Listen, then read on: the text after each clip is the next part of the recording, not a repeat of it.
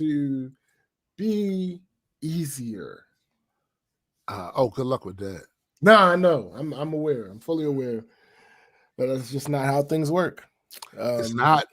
And here's the thing about that, though. There are sometimes when, it absolutely would benefit you for it to be easier, but I don't think in the long run it would. Oh, no. You know what I'm saying? It wouldn't be easier. Like, it would, the bond wouldn't. Oh, did you know Black Culture Geeks is live? Yes, I am. I just got some skywriting just went above. Said, Black Culture Geeks. I just got a notification. This is funny. Fabo. What's up, Fabo? Let me do my share thing. Bruh, I just it would really, you know what? I had a great week before this. So I'm gonna try to put that to the side. Yeah. Don't let that ruin nothing. You know what I'm saying? I mean, it happened right before we start. Oh, yeah, well, that's... Yeah, I mean, yeah, it is what it is. Had a great week for the most part. And I'm not going to let this get me down. Can't nobody hold me down. Can't nobody take my pride. Told me you was going to do that. I've got to keep on moving. Yo, something told me that that's where you were going. Hey, listen, I didn't make the rules. I just follow them. Okay. It usually doesn't sound like you, but I'm going to let you rock with that. No, I told her that she cracked the fuck up. I can't remember what we were talking about. Let me see if I can say that on air. You were lying. No, I was legitimate in what rules. I was legitimate in what we were talking about. Oh, that, yeah, but I mean, you don't. What up, Greg? What up, Greg? You don't be following the rules all of that. Oh, I can say this. It's not some shit you do. I can say this. We were talking. She asked me what I was doing, and I was working on music, and she was like, "Music." I'm like, "Yeah." You tell her you did music. Apparently, I didn't. I must have slipped my mind. She was like, "Nah, you just." She was like, "No, you just told me about the podcasting or something." And I'm like, "Oh yeah, music." And she's like, "What you do?" I'm like, "Make beats, rap, a minute amount of singing." Mm-hmm. And she like, "Oh, so I need to hear the whole singing thing." And I'm like, "Listen." Here we go. See, I'm like, I don't know about that one. Are you sure? I'm like, you'll hear it if we ever go to karaoke together. Like that's a thing. But yeah, what's the how great is this singing? I'm like, it's a 5. It's a 5. And she like, what you mean? I'm like, yeah, it really gits better if it depending on how much you like me. And how much you drink. That too. Hold up. I'm sorry. I said that in the wrong order. Yeah. Depends on how much you drink. And then how much you like me. Yo, Fab is on the corner of Packer and Lexington. He said we should come take some shots of all the construction downtown. We'll be lit in the next 10 years. Nigga, I'm not taking shots of construction. Baltimore has been under construction since I've been born. Baltimore lives under construction. Right. I'll take pictures when it's finished. Like when that new Domino Sugar sign go up. I'll take pictures of that. I didn't even know they was fucking with Domino Sugar. Shows you. Oh yeah, I think it's gone. I'm pretty sure it's down. Like the original sign, I'm pretty sure it's down. Damn it. I had family member used to work there. For years. They was in that motherfucker. Like getting that guap too. But you know. So is actually I'll be downtown tomorrow morning. I don't know if I'm gonna make it that far up the street, but yeah, me and Shafiro going shooting. Oh, y'all. Oh, he trying that again. Well, see, No. I didn't. No. succeed in I'm it. about to say, hold on. I Don't do that. Don't do that. Good morning, Betty.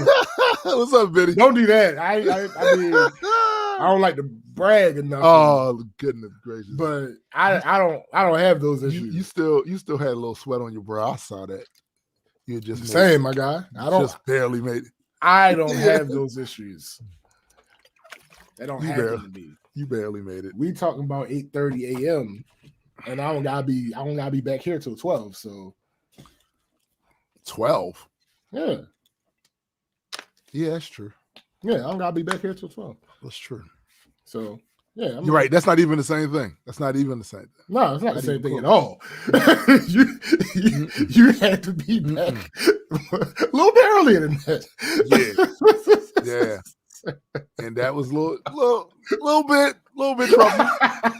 And look, and the bad thing is we went out to do the shots and make the video, and he didn't get enough footage that he wanted, and we didn't really start finding anything to actually shoot wildlife wise until the end on the way back. Stupid. Yeah.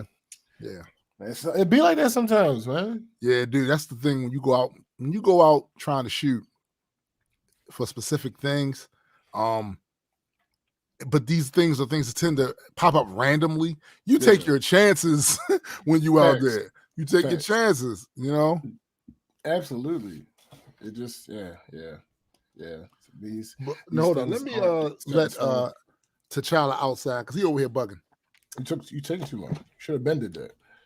Disrespectful old man. Forgetting things that they're supposed to do. You know damn well he should have did that before he sat down, cut his camera on. He should have let that cat outside.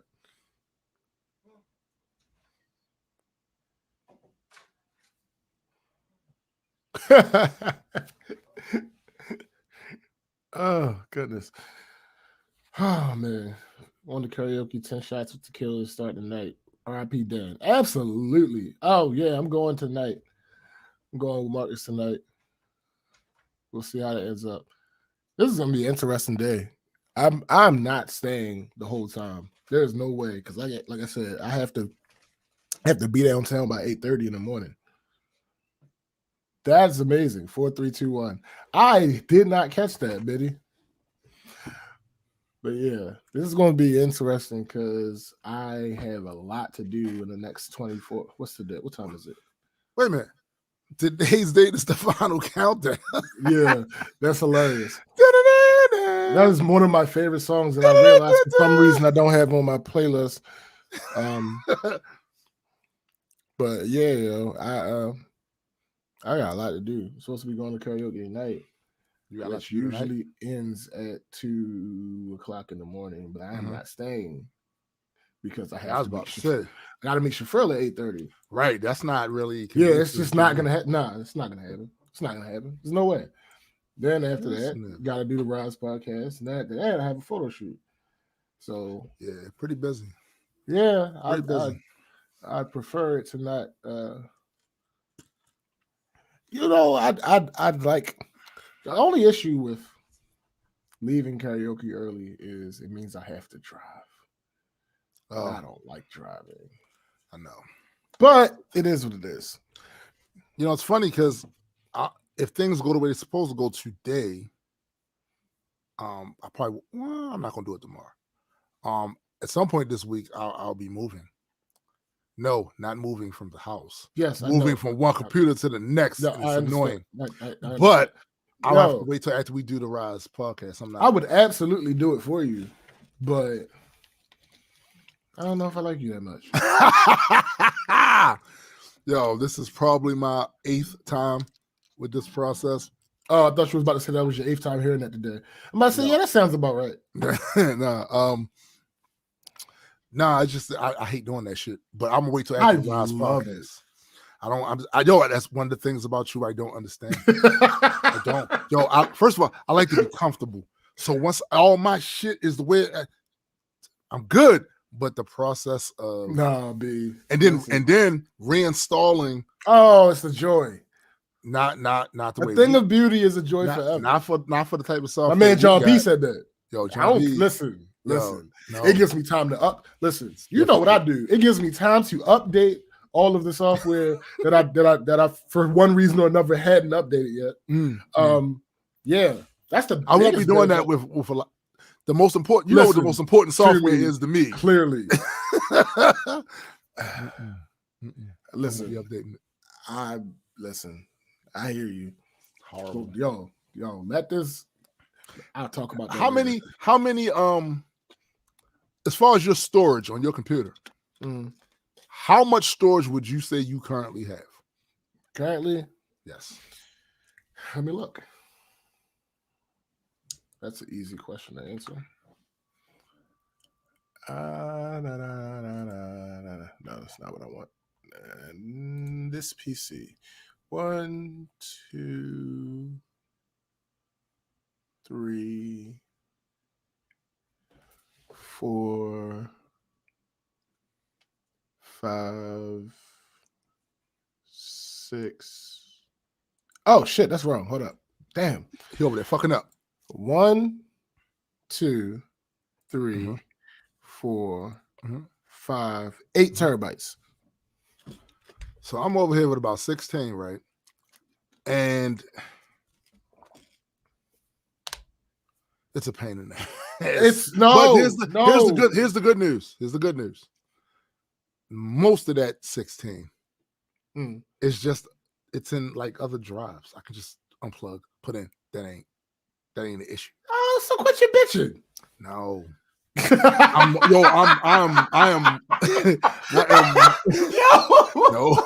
No. Look, that's the most realistic response to that statement I've ever heard. Look, what I'm gonna try to tell you is most of the thing that's bugging me is the whole install game. Because I don't know. I don't absolutely love that part. If I don't know, it sustains me. I need to know a couple of things. Like I need to know, like both of these are Windows 10. Yes, but they're different editions of Windows 10. Is that gonna make a difference? Nope. What's the difference? That's a good question. That's something you should know. You bought the computer. Yeah, but I have to look and see which version of Windows 10 this is because I won't be looking at that shit most of the time. I don't. But like I said, the move won't take place until after the Ross podcast. Sure. I want my shit to be convenient. That's nothing about that is going to be convenient for you. It's something you don't like to be. All right, Fab. I need for shit to be convenient. My life should be filled with conveniences. And you know what? Hold up. Rajon has 500 gigabytes solid, 2 terabyte regular drives, mostly junk, piracy, and backups of things that I don't even remember. Dude, that is the other thing about my my whole computer. No, you're a hoarder. It's your fault. I am a data hoarder, yo. Like it's your fault. It is shit on here that I probably should have got rid of. I'm glad you corrected yourself. Years ago, right? Absolutely. But know what winds up happening? Well, I'll tell you. No, hold up. Let's start the show.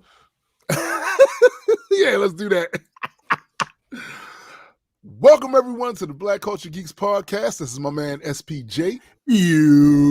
And I am Tombstone the Dead Man. And we are just a couple of geeks talking about pop culture from a black perspective.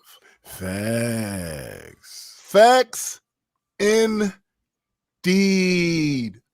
This weekend, by the end of it, anyway, should have been very productive. It should be. We'll see, because we ain't over yet. Is that perfect future tense? No. Should have been? No, it's not. Because see, first of all, I'm a man out of time. So clearly, my tense is all fucked up. Hold on, I can look it up. I'm gonna look it up. That shit bothers me. It's a thing. Perfect future tense. Now, while he looks that up, what we were talking about before the show got started was the new computer thing that I'm getting, and how much I absolutely hate moving from one computer to the next. To me, I hate it about as much as I hate moving from one house to another house. And we also talked about the fact that what we stopped at is I am a data hoarder. And there are things on my 16 terabytes of storage here that I should have gotten rid of a long time ago. But the reason I haven't is because for the same reason that I have a drawer here with all kinds of cords and all that other shit. All right, so I have the answer. What's the answer? Not should have, will have. Will have. Will have been. It's right, because this is April the 3rd, 2021. I gotta keep that shit straight. So, like I was saying, like every so often, either me or somebody in this house needs a cord for whatever reason. And it doesn't happen that often, to be quite frank with you. But when it does, and I can go in that drawer and pull out, in my mind, headcanon, it justifies the drawer, right? Let me tell you guys a secret. With data. Let me tell you guys a secret. It doesn't. It does. It doesn't. It justifies. It does not justify anything. Absolutely. The only thing it justifies is that he's an old man that won't throw shit away. Look, you say what you will, but that last song yesterday, that came from hoarding. Changes nothing. Came from hoarding. Changes nothing. It doesn't not make you a hoarder. Say that again. No, I've already admitted to that, so I don't know why we're talking about that. But what you just said is absolutely correct. Changes nothing. I'm not getting rid of that data. Changes nothing. I'm not getting rid of that data. Like, I'm not. It's not. Yo, there are pictures that are badly. You know what? I might start with that. No one is telling you to get rid of everything. No, I'm. They can't tell me. Tell me. This is me. But there are some pictures here from my early days. Y'all see what I gotta put up with? This is first move I'm making whenever any type of come up happens is I'm getting a lawyer and a manager. Man, listen. And they'll deal with this shit. You better pay them a lot of money. you better pay them motherfuckers a lot of money. Nigga. I'm telling you. they're gonna be worth every penny. Disrespectful. Every penny. Look, man. I'm just saying. But anyway, yeah. Let's go into now. You said earlier you had a pretty good week. Yeah. What did that entail? That's unusual. No, it's not. It is. For you. You usually have quite a few items to bitch about. Who said I didn't? Hold up. So don't misconstrue my enjoyment of the week. No, so now I'm starting to understand though. You enjoy bitching. So this stuff that happens is enjoyment for you because I don't get to bitch about this. I got it. Nah, got it. What happened this week? The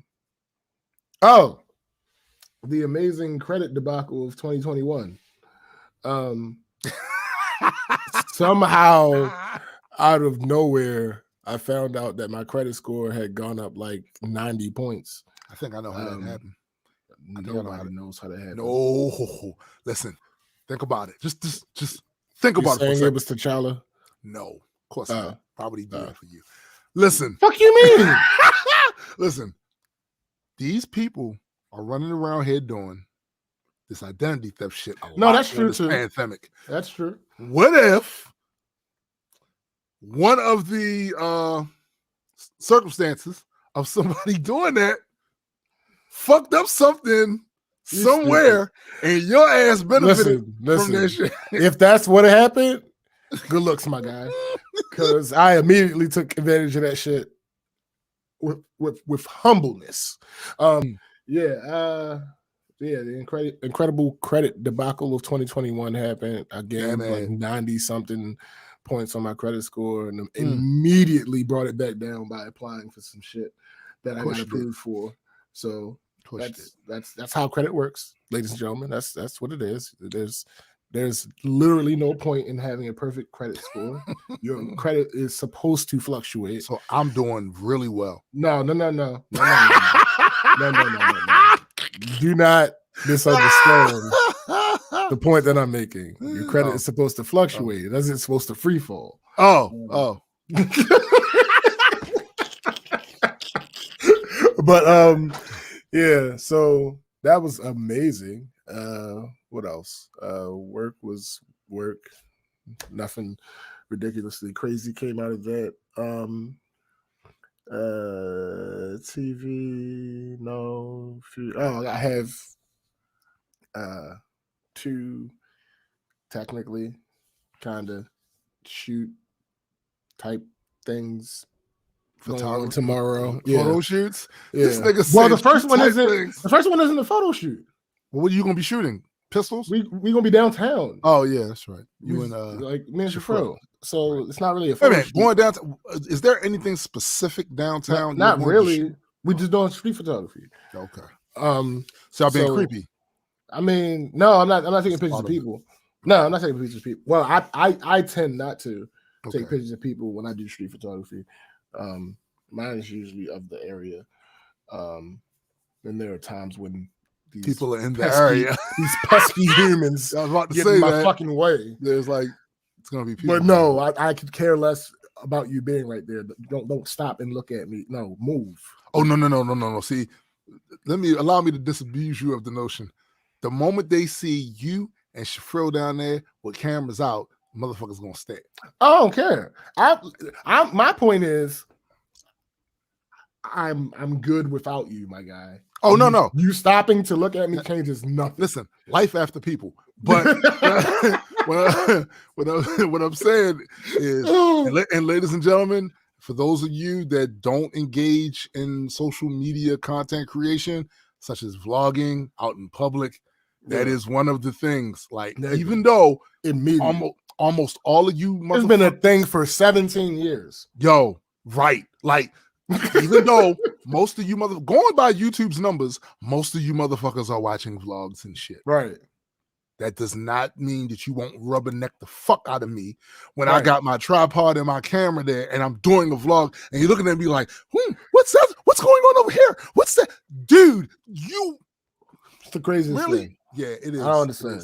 I don't understand. Keep walking. Keep walking. It's very simple. Just keep walking. Very simple. And if I'm taking a picture, I can take you out. It just depends on how lazy I am at the time. Yeah, facts. Like, if I feel like getting you out of the picture, I will take you out of the picture. Yeah, but like, and you're gone. You're not the star here. I don't care about you.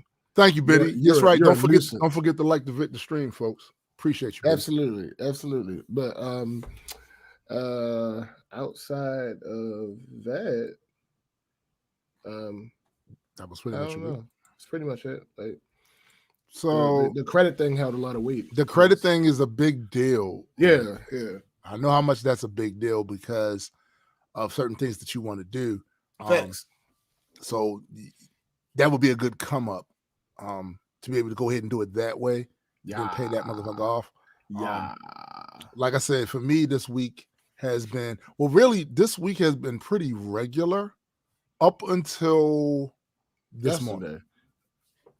What happened yesterday? I don't remember. Was there something that happened yesterday?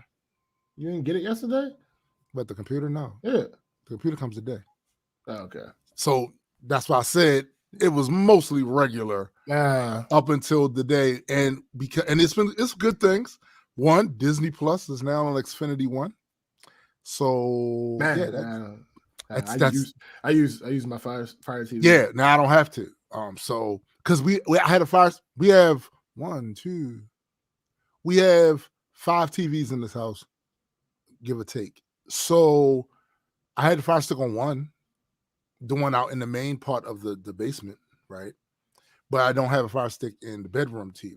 No, my Fire Stick is the same size. My TV is a Fire Stick. I have the Fire TV. Oh, my TV is fire, but it's not one of. It's not one of them. Oh, just like you know what I'm saying. But it's cool. It's cool because now when I'm in the bedroom, like I don't have to be in the out in the living room area to watch it. I Yeah. can watch it in the bedroom now.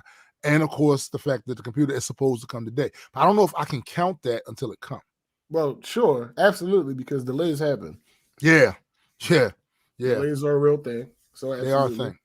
Absolutely. So, but and in anticipation of getting rid of a lot of the issues I've been having with the computer, I'm looking forward to that.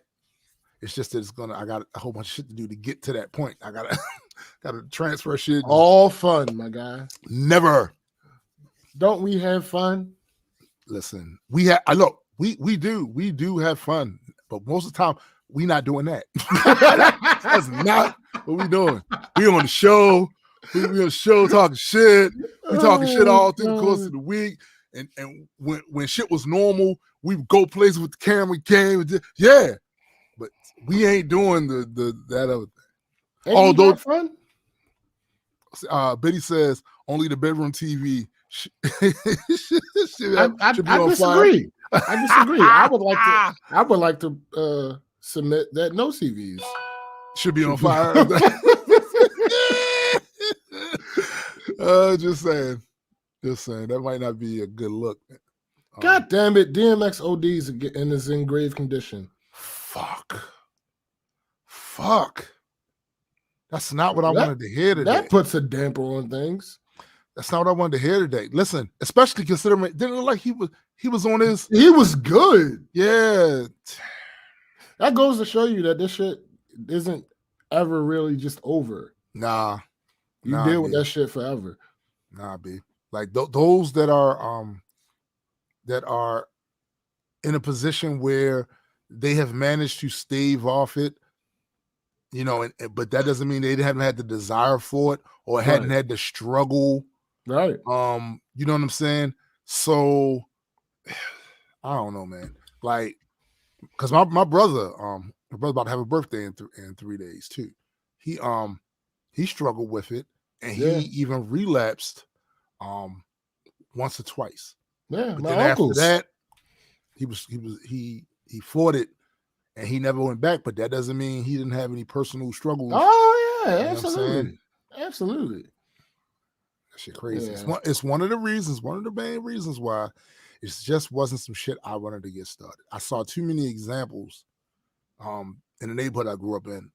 I saw too many examples of this. I'm like, yo, if that leads you there, right? I'm not going there. Yeah, I'm not going there. I get it. Crazy, man. Crazy. But you know, I feel bad for D because, like I said, it did look like he was on his way. To being a Cinderella story with that shit. Yeah, and he still might. Looking good on it. Oh, absolutely. He still might.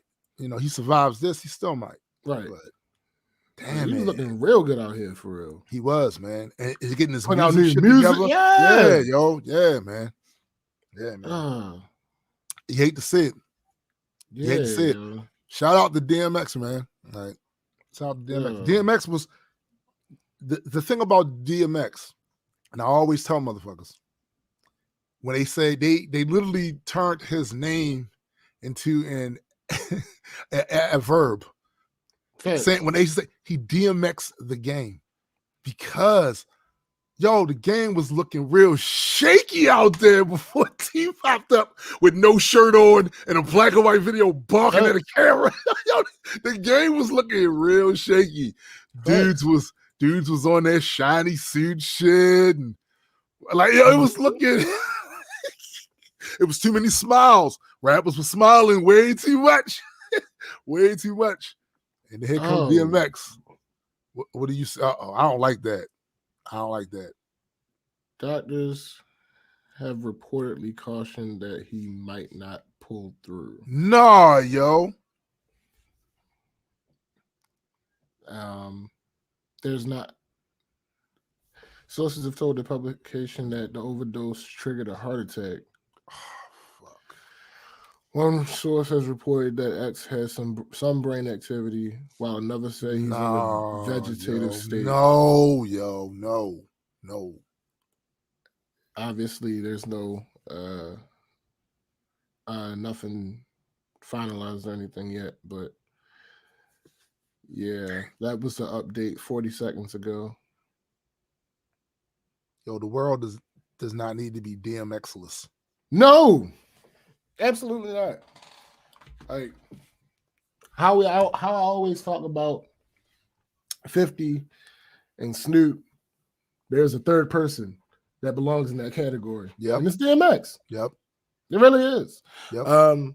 Legitimately, I could probably say he's absolutely probably one of my top 3 artists of all time. Yeah. Yeah. And it's hard. I can say that even with the fall off.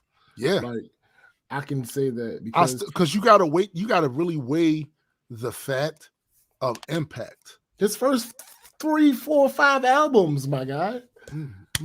Yeah, knocking him out the park. This nigga was doing movies. Happen. Yeah, like yo, seriously, that the DMX come up. Yeah, that's a legendary story, yo. Like that's a when he was the guy in the game. In his own lane, nobody really close to what he was doing during that 99 to like 2002-ish time period. Like, yeah, that's crazy, man. That sucks. That really sucks, man. Yeah, I don't even. That sucks. All right, I'm hoping they're wrong. Enough of that for right now. Yes. Yeah, I hope they're wrong. I'm hoping they're wrong. Absolutely, and it's way too many people talking about it. All right, enough of that for right now. What was I don't even know. That kind of ruined. It definitely put it like it's a punch in the gut. It's a punch. Yeah. Today in music, I guess. I mean history, music. Music. History. Music history. Yes. There you go. I knew you would nail it. I knew it. 1955, Fred Astaire appeared on television for the first time with Ed Sullivan. Some bullshit about Elvis. I'm sorry, it is what it is. 1969, Jim Morrison was arrested by the FBI for interstate flight, which stemmed from obscenity charges after a Miami concert. Do they give you a precise date on that day? Or they just give you the year? Okay. It just says 1969. Right. Oh no, it's today. Oh, it's right today. What? Yeah. Duh. Yeah. It is what it is. Cher, 1978, Cher's TV special with guest Rod Stewart aired on ABC. 1989. A number. I knew it. I was waiting. You took a little long. You took a little long with that one. This is for all the dumbasses complaining about cancel culture. Pepsi dismissed Madonna as a spokesperson after her Like a Prayer video was called blasphemous by the Vatican. So dude, I am so glad you brought that up. I'm so glad that happened on this day in this time where we could actually be talking. Can you comment on that? Because I am so fucking sick, right, of you goddamn mortals thinking that this little. You guys are mosquitoes in so many ways. You are annoying, blood-sucking, short-lived beings. Your memories absolutely are nothing but turds rolled up in a pissy blanket.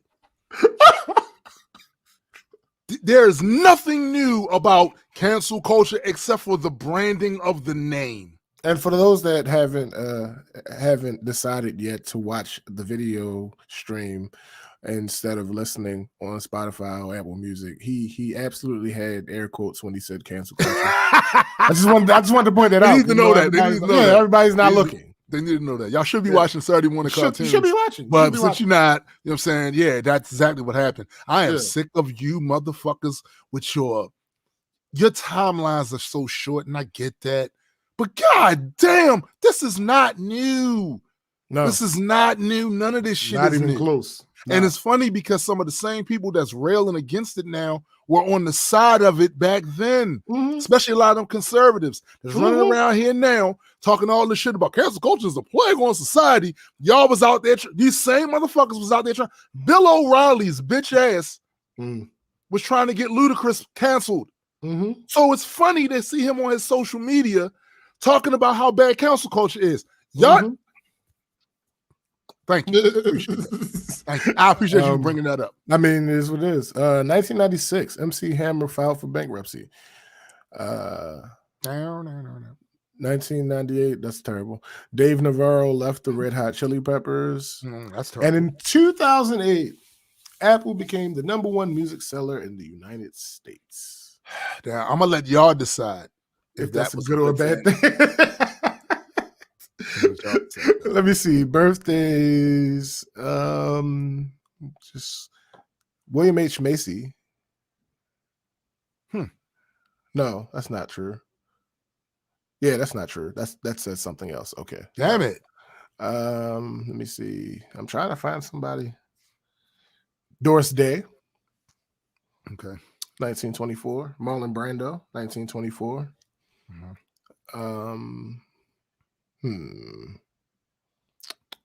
Wayne Newton, 1942. I don't fucking, yeah, I don't. Let me see.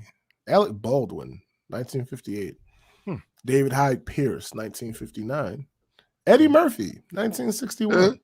Okay, all right.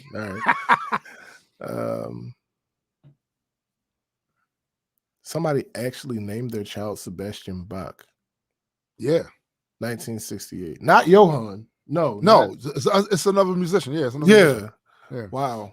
I mean, I guess I get it. But he was a singer. He wasn't a. Never mind. Whatever. It's not the point. I guess they couldn't know that he wouldn't. We don't even know if that was his real name. Well, right.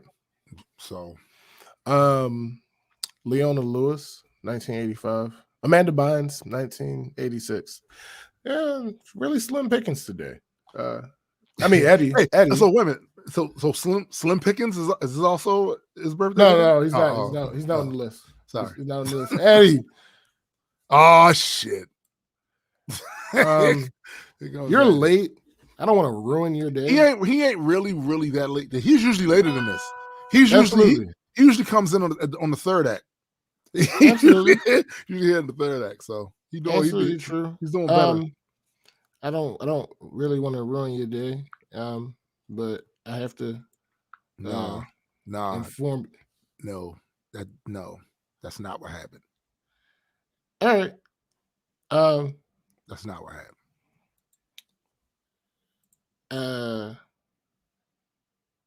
Yeah. We got a responsibility, don't we? No, not yet. Okay. I was just saying Eddie because he wasn't here when you talked about that, right? Yeah. Right. Yeah, Eddie. Just to not get back into it, do a quick Google search for DMX, just to get you informed. So you'll know. Right. Yeah. All right. #1 story on the docket today. The MLB moving 2021 All-Star Game from Atlanta in response to Georgia voting law. First of all, before I even read this article, let me say, I am pleasantly surprised. Listen to me clearly. Out of all of the big three, this is the absolute last thing I expected to see is that Major League Baseball do something to this effect. And I am pleasantly surprised.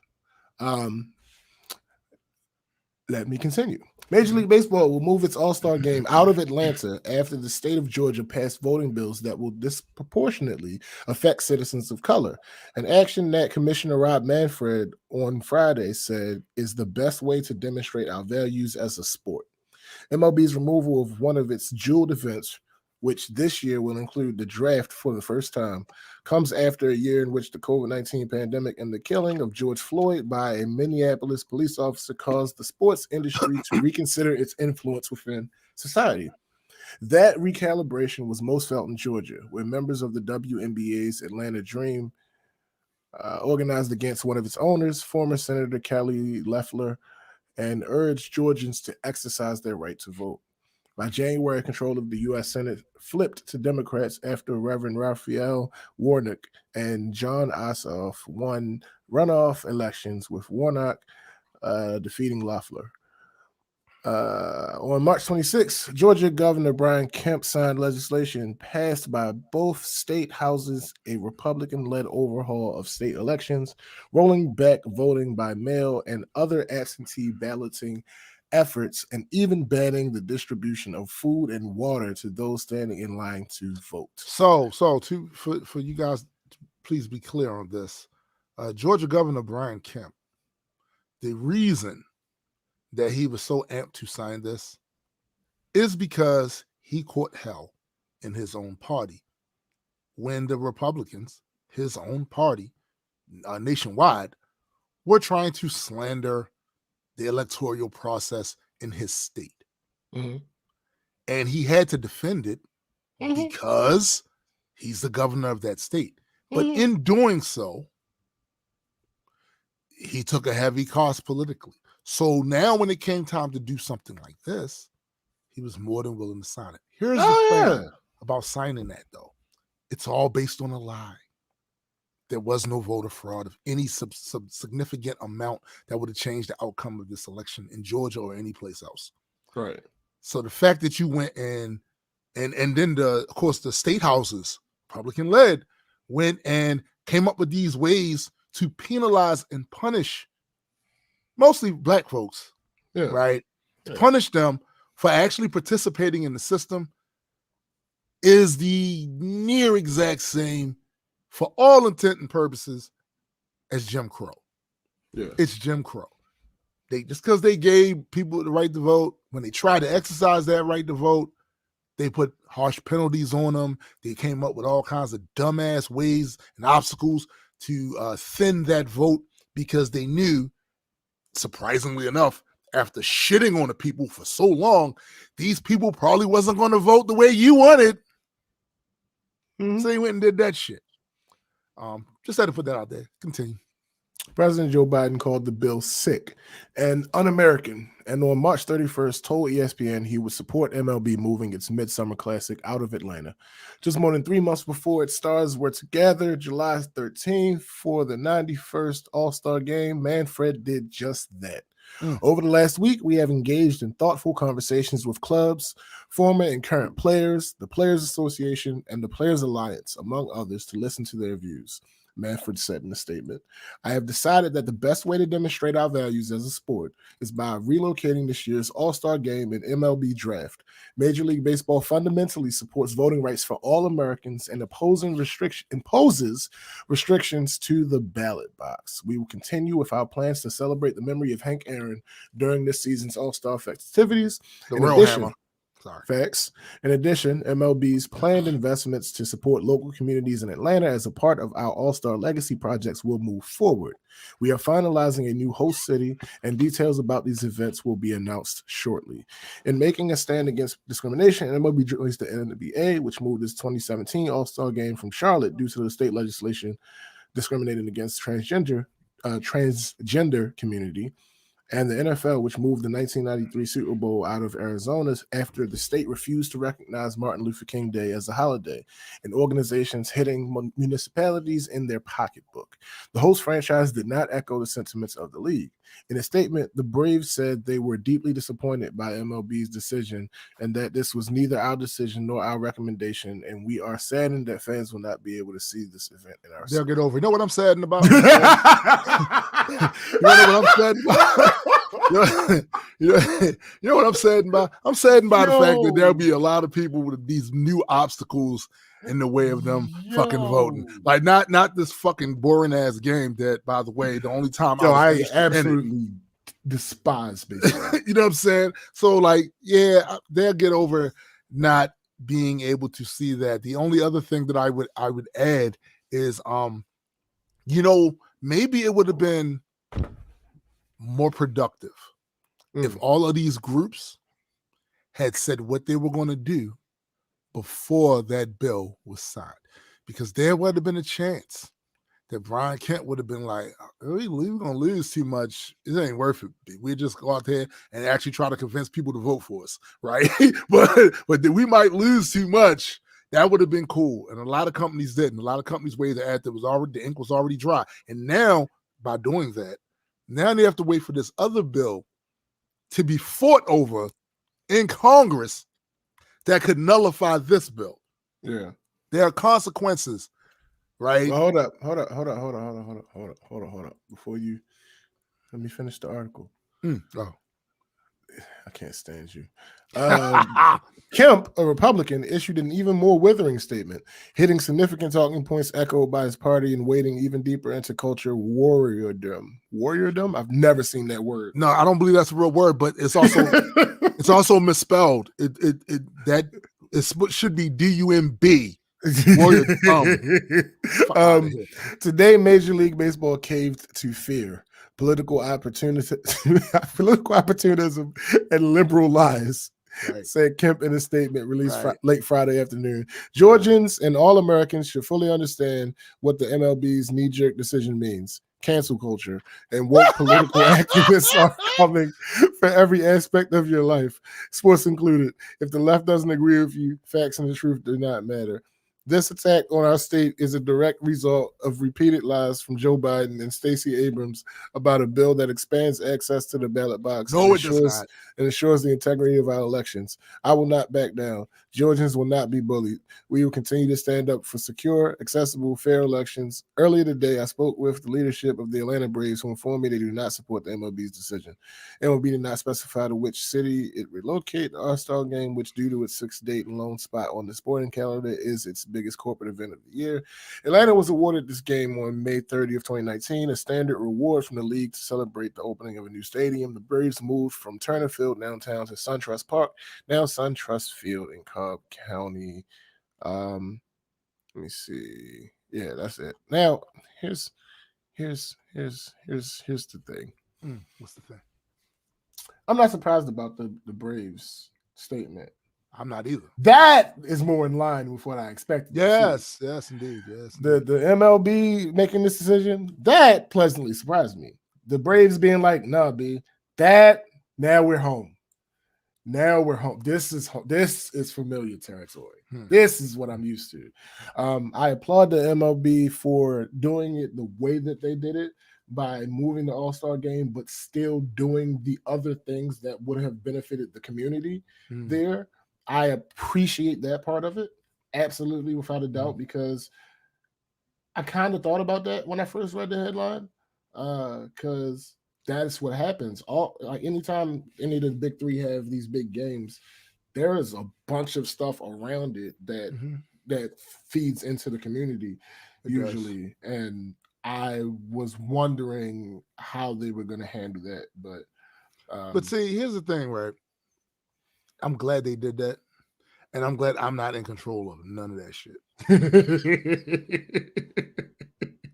Seriously, because sometimes I am a hammer, right? And as a hammer, everyone, we all suffer together. He's so dumb. Because I would have felt like would have put more pressure on the politicals, because when people don't get and people have a lack of, they're going to look at the people that caused that. It's just what I would think. And yeah, they could point at me. They could point at me. Yeah, I'm about to say, I don't think they do. I would hope they would point at me, because it would give me the opportunity to say something. And I'm gonna say something. Sure. And I'm gonna say something. So I just think, as a rule, they would absolutely not blame the politicians if that happened. I know. Okay. Blame me so I can say something, because I'm gonna say something. Facts. Oh, I get it. But here's the thing: when like that lie he said about how this is the lie I've been hearing him throw about this too. Oh no. As it turns out, this expands voters' rights. Well, let's talk about that for a second. As petty as you motherfuckers are, you motherfuckers are this petty where you will make a law preventing people from giving water and food. People stand in line. What does that do? These long ass lines, that discourages people from standing in line to vote. Yeah. They get hungry, they get thirsty, they up out of there, right? Because their body has physical needs. You fucking humps. So when y'all do that type of shit, we know what the purpose you're doing it for. Isn't that shit? That's illegal. Listen, if they was going out there giving heroin to everybody on the line, you may have a point. This is food and water. This is food and water. The bare necessities. The bare necessities. These are the bare necessities. And you petty motherfuckers did that because you know who's this going to affect. The early voting thing, you know who that's going to affect. We see you. Don't think you're not seen. And here's the other thing that people need to pay attention to. That bill they passed, that set of laws they passed down there in Georgia, that's a prototype. There are other states, other red states attempting to do similar things. You have not heard the last of this. Thanks. So a lot of you companies out there, I'm telling, like I told my wife the other day, we was actually talking about the same thing. Being in a position to make motherfuckers pay if they don't respect what we want is what we need to be in. Not we don't care if you care for real, because that's a road to nowhere, trying to appeal to somebody's moral character when they don't have one. When instead of blood, they have capitalist notions of profit and they're running through their veins. So trying to convince y'all to really care and how moral this is, that's out. So when Brian Kemp gets up there and talks this horse shit, understand, we don't care. Right. We don't care. If you do some shit that harms us, we're going to make you pay. And if you are a company that's supportive of people that do that shit, we're going to make you pay too. We don't give a fuck about convincing you that our cause is just. Fuck you. That ship has sailed, motherfucker. That ship has sailed. From now on, we hitting your pockets. Every time. All the time. Hitting your pockets. Ain't nobody playing with y'all no more. That's what's supposed to happen. Nobody playing with y'all no more. And let me tell you something. The fact that we have moved so very far from picket signs to now depriving you of money should worry you. Because what's the next step? Do right. Do right. You're right. Now you think that's shaming us by saying, oh, they just if they don't agree, yeah. We don't got time we don't have time to convince you of that shit. Wait, here's the thing. I've never understood, even before this whole cancel culture thing was a buzzword. Right. I've never understood the idea of not supporting something you don't like being an issue. Yeah. Ain't that some shit? I don't get it. Can you imagine it? So you're saying, what they're saying to you and me, right, is if a motherfucker's doing something that we think hurts us, it's unfair of us to withdraw our support from that's what they're basically saying. I don't understand. It reminds me of when people talk about they made this big moral kind of virtue, not blocking people. Yes, it is very similar to that. I hate you. I hate you fucking. For those who are looking at this and not watching this, he looked directly into the camera specifically. Don't get most of you. Yeah. You make no sense. Yeah. You make all of your moves based on what other people do, Yeah. and not to you, Yeah. but what they're doing in general. Right. You decide that you can't exist without the Yeah. fucking flock, Yeah. and you go along with the flock. Be your fucking self. If something bothers you to the point where you don't want to participate in it anymore, don't participate in it anymore. Don't think, oh, what are they going to think if I did? No. Yeah, fuck what they Who think. the fuck cares? Fuck what they think. Yo, my block list on my old Facebook page is a mile long for several reasons. Any of these things can happen. It could have been, we've been friends for a while, and I remember telling you happy birthday several times, and you've never told me happy birthday. Get the fuck out of here. Bye. It could be we argued consistently, but you only popped up on situations that you felt you had to argue about, and never anything else. Get the fuck up out of here. Nigga got all kinds of wedding announcements and good other good shit happening, and they ain't got nothing to say about that. Nowhere near. Can't find you. Need a telescope. Don't see you.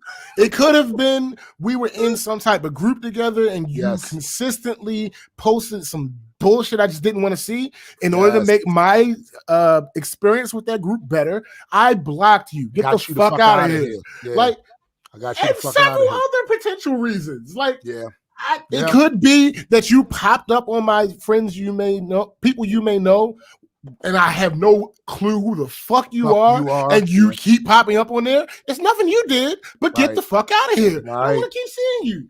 Right. I don't understand this concept. I am not hurting anybody by removing their access to my life. And you don't owe anybody access to yours. This is the thing. Yo, some of the arguments I heard people making for that was so nonsensical to me that it came off as, you know, somebody's getting their ass beat and they say, that's why you hurt your hand.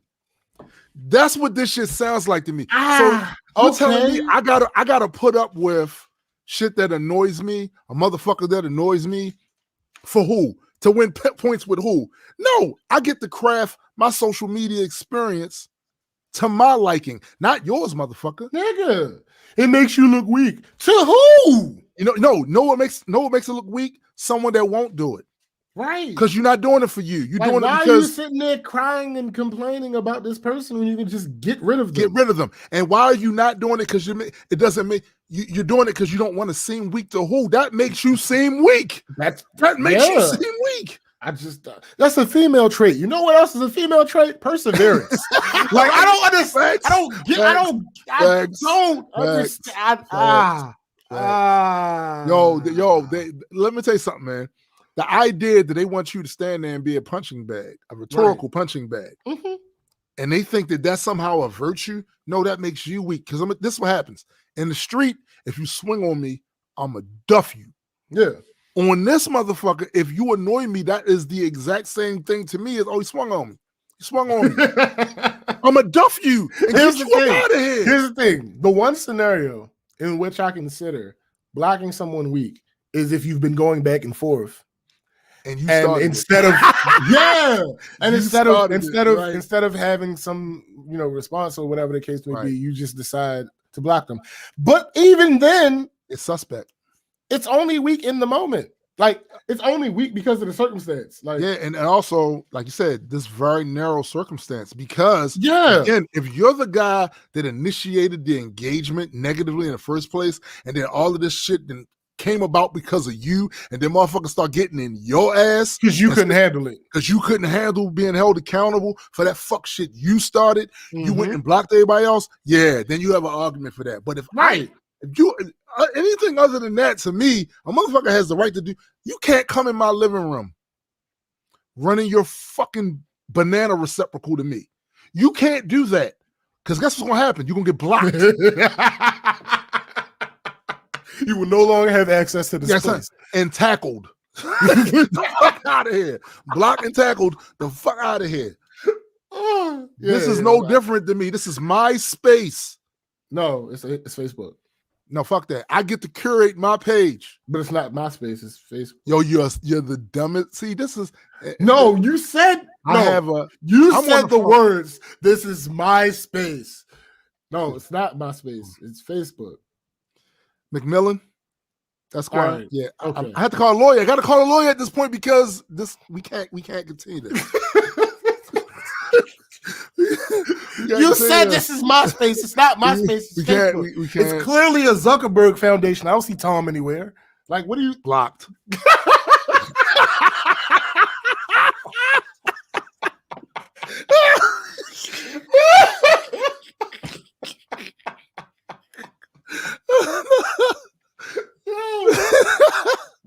Oh, my stomach hurt. That's funny. Andy did that to me earlier. Like it might have been yesterday. He blocked you. Or the post that he made about the new setup. Oh yeah.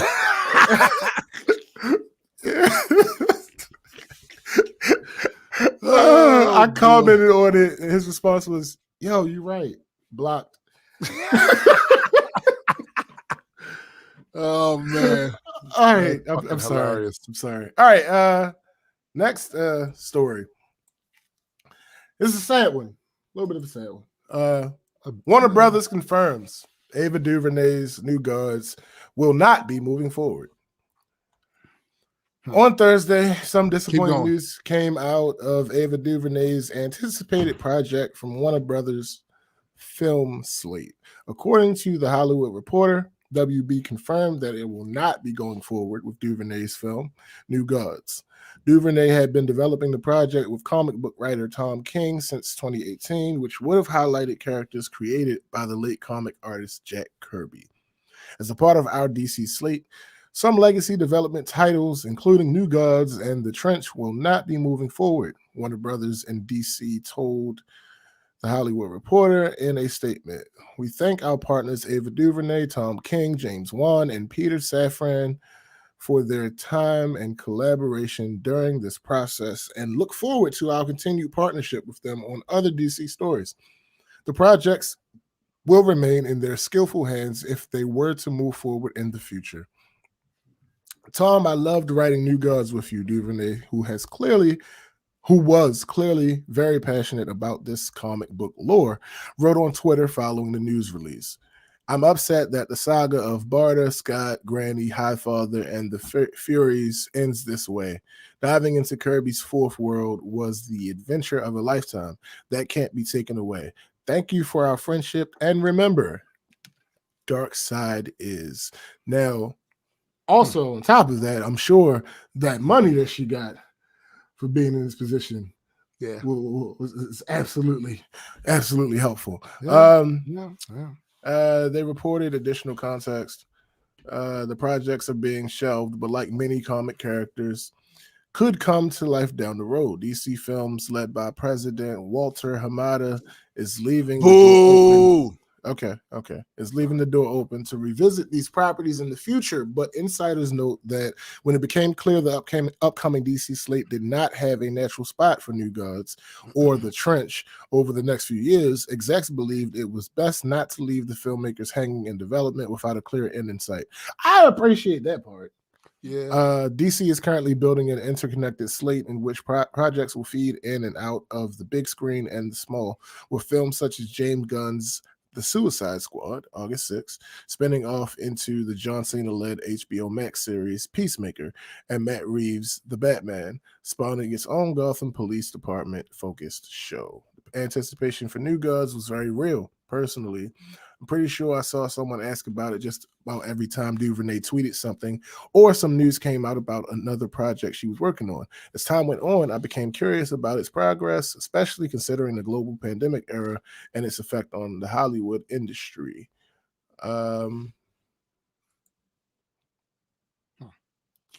Interesting. Well, it's kind of. See, and I might as well just get this out here too. This will be an opinion people will be able to find of mine across various different shows because I talked about this on the Medicine Mutant show, the Super Star Guy. Warner Brothers is shitting the bed Well, duh. with this DCIP. This is nothing new. Everyone knows it. The depth of how much they're shitting the bed, because it's come to the point where they no longer care, obviously, what the fans want. The consumers that's going to give them the money for this shit, they don't care. There is a time for all companies when what they want and what the audience want go hand in hand. That's where AT&T was at with all of this. They want it. Let's give it to them. One of them was like, nah, don't think we'll do it. No, they was on their cap shit. No, I don't think I will. Right now, for me and the New Gods, keep it 100 with you. The DC film experience overall has not captivated me as much as it should have. This coming from someone that's a huge Justice League Unlimited fan. It's arguably one of the best, in my opinion, superhero cartoon series ever on TV. So I wanted to see something of that level of quality with their live action shit. And yeah, thus far, no, it's not what it's been, right? So they're not over there handling things right. So it would seem to me somebody from the outside needs to come and do something, because much like I tell someone that's having some sort of mental issues and they're trying to figure it out, I'm like, yo, the same brain that you're having issues with is the brain you're using to try to figure this shit out. So that maybe you need somebody outside of that trying to figure. This is how I'm looking at the whole DC shit with Warner Brothers at this point. And I'm confused as how y'all could get things so right on TV and so wrong. So very wrong. Dude, as a geek, both personally and by profession, that whole CW experience to me when Arrow and Flash was the tandem over there and they was building this Arrowverse over there. This is around the same time I went to my first Comic-Con. And it was lit. They was doing something for the culture, right? I don't know what Warner Brothers is doing anymore. Like, I don't know what they're doing anymore. I don't. But I'm not feeling good about it. I'm not feeling good about it. No, I don't. It's taking y'all 3 releases to get a version of a movie that.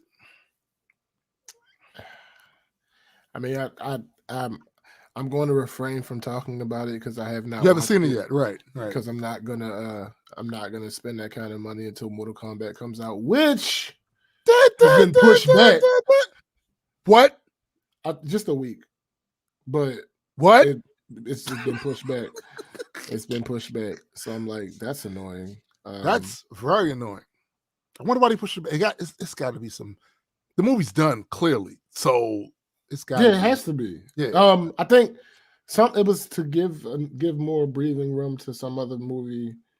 What, Godzilla and Kong? Yes. That's what it was. So I mean, okay, weird flex. It is a weird flex. But it is what it is. I mean, it's a streaming service. It's not like literally, it's not a case of people got to make a decision if they're going to go to this movie or that movie. This might be further indication that Warner Brothers doesn't know what the fuck they're doing. Yeah. Because I don't understand. It's a streaming service, so if I was going to watch Kong versus Godzilla, that would be a weekend, right? Like, right. I could just watch both. Just like I'm doing, just like I personally am doing with Justice League. See. So I don't understand what the issue is. I'm going to pay the $15 for 1 month, right? And I'm going to watch Mortal Kombat first, right. Then I'll probably watch Mortal Kombat again, right? Then I'll probably watch Mortal Kombat a third time. You don't know that. And then maybe I'll try to squeeze in Justice League because it's 4 fucking hours. Yeah. But took me all day to watch that. I believe I had stuff to do. Biddy says that she went to her first Comic-Con in 2015 and met Eric Larson from Image Comics. That's dope. That's dope. That's pretty cool. Dope. I got to meet Stan Lee. I think everyone's seen that picture now. You did. Yes, we know. We know. Yeah. It was awesome. It was awesome, and it was at an awesome con. Okay, if I was going to watch Kong versus Godzilla, that would have fit into that month too. Except for you're not. I'm not going to watch that because I have no interest in either one of those characters. I've never watched a single one of those movies from beginning to end. I probably have never watched more than half of any of those movies. I have zero desire. You've missed nothing to watch. You've missed nothing. Now, Planet of the Apes, that's my shit. Nigga, you watch that every Caesar, day. Yeah, looking at you. Caesar. Mind your business. Caesar. Now, Caesar, that's a fully developed character. See, you said it. Yeah. You said it. Yeah. See, with Caesar, he's the spectacle and the character. Mm-hmm. He's not just the spectacle, and then we have to actually experience that through less interesting characters throughout the course of a 2-hour film. Yeah. This is my issue, and you're not talking to someone that hasn't seen them. I've seen them, and it's always the same thing to me. I am not interested in the people experiencing Godzilla or the people experiencing King Kong. Right. I want to be interested in those things. Those. There's no you're literally waiting for one fight to another fight. If I want the Godzilla dynamic, I'll watch Power Rangers. Facts. It's just facts. I'm sorry. Facts. I want to watch huge monsters fight. I'll watch Power Rangers. Way more character development. Way more. Like there are video games I'd rather play. Yeah. That has that type of thing in that. You know. This is just me.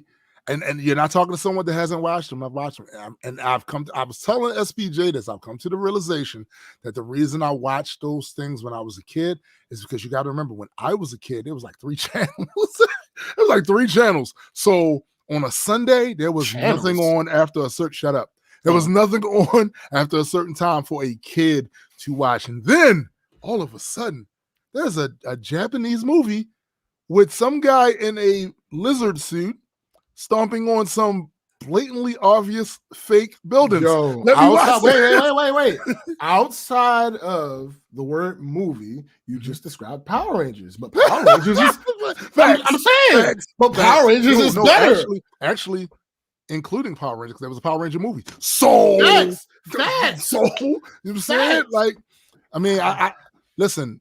I'm glad those that enjoy that are getting there. I want everybody's fandom to be able to get your shit, your shit off. But that shit ain't for me, man. I can't. Yo, if you manage to waste a post Breaking Bad Bryan Cranston, I have no faith in your franchise. I agree, Joe. I have no faith in your franchise because I mean. Come on now. Talking about actors that act with James Franco. Say what you want about his comedic roles. James Franco can act his ass off. Yes, he can. Him in Planet of the Apes, he killed that shit. He did kill it. Oh my goodness. He did kill it. Man. Nah, I have no. I have zero desire. I can't. Like I said, those at the end of that, have at it, B. I'm glad you got your shit because I know I want my shit. I want my shit. You know what I'm saying? Yeah, facts, but that's not that. That ain't. I can't. Like I tried it, and I tried it with the new one. I ain't even make it to the third act. Like I ain't even make it to the third act. Like El Terrible. Yeah, I can't do it. All right. Next up is a story. Well, these last 2 stories are stories that have been on the docket and we just never made it to them. Right. Suntight. That's that. Nah, I hear that. That's like Schwarzenegger. I was about to say. I hear that on the Schwarzenegger ass. Don't give me your hand. Yeah. Do that chopper. That chopper. Swiss Beats and Timberland assure us the Triller acquisition. Well, there you go. Ain't changing it. There you go. Ain't changing a thing when it comes to the culture of versus. Is there a selling out versus the culture in business? What culture?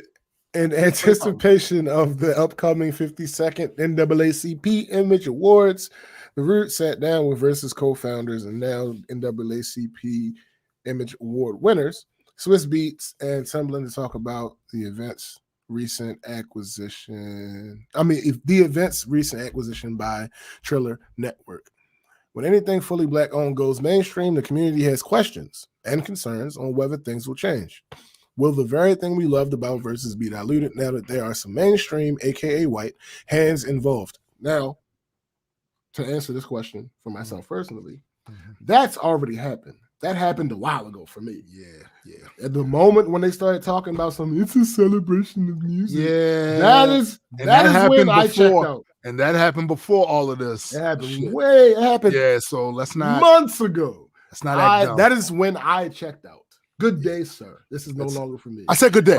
If I just wanted to watch, if I just wanted to listen to music and listen to artists tell their stories, I could watch interviews and throw on my Spotify. Like me personally, I don't feel it. I have no reason. Nah, I'm good. One thing you can bet on is me and Tim are always going to be for the culture, Swiss noted. We had a lot of time to not do that. We wouldn't wait this late to not be about the culture. That's not how that works. We wouldn't build something so great for it to not be about the culture. That is not how that works. Your answer did not assuage any of my concerns. I'm still not understanding the usage of the word culture here. No, it is what it is. When you see Versus sells, immediately you think sells out. It's just natural. Swiss continued.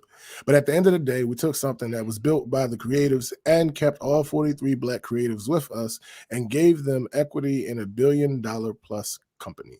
The part about the 43 creators involved in previous Versus battles, now making up the group of shareholders in the company, may just have an impact on the music industry as a whole, especially with the history of Black artists struggling to maintain ownership of their work. It means ownership, Timbaland added, showing them where the future of the music industry is going and showing them how to invest in it.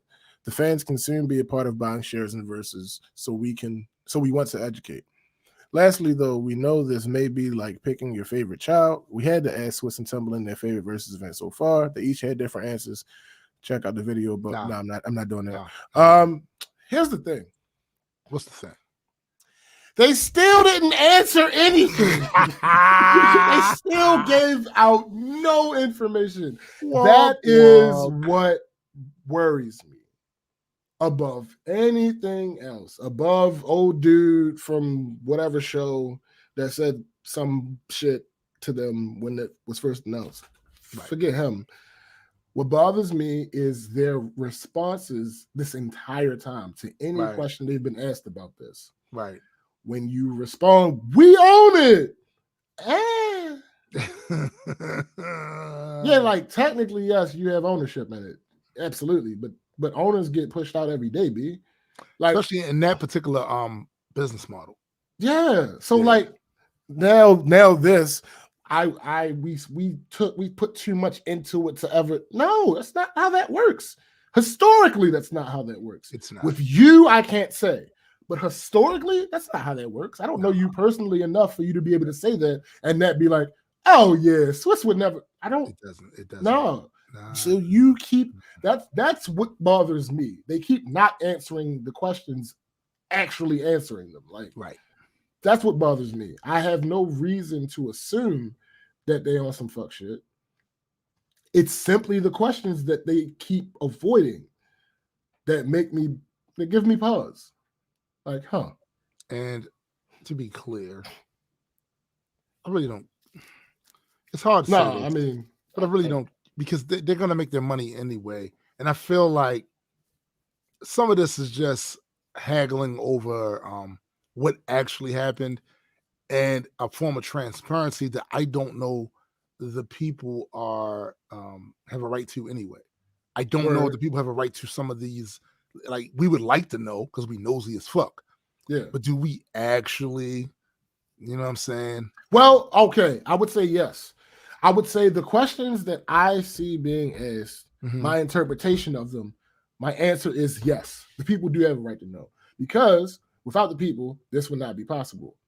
Right. Now, as far as ownership questions specifically, no, people don't have no fucking right to know. Yeah, like no, but the main questions that I see being asked are, is this going to change? Is what we loved and supported and got to this point going to be changed in some way, shape, or form?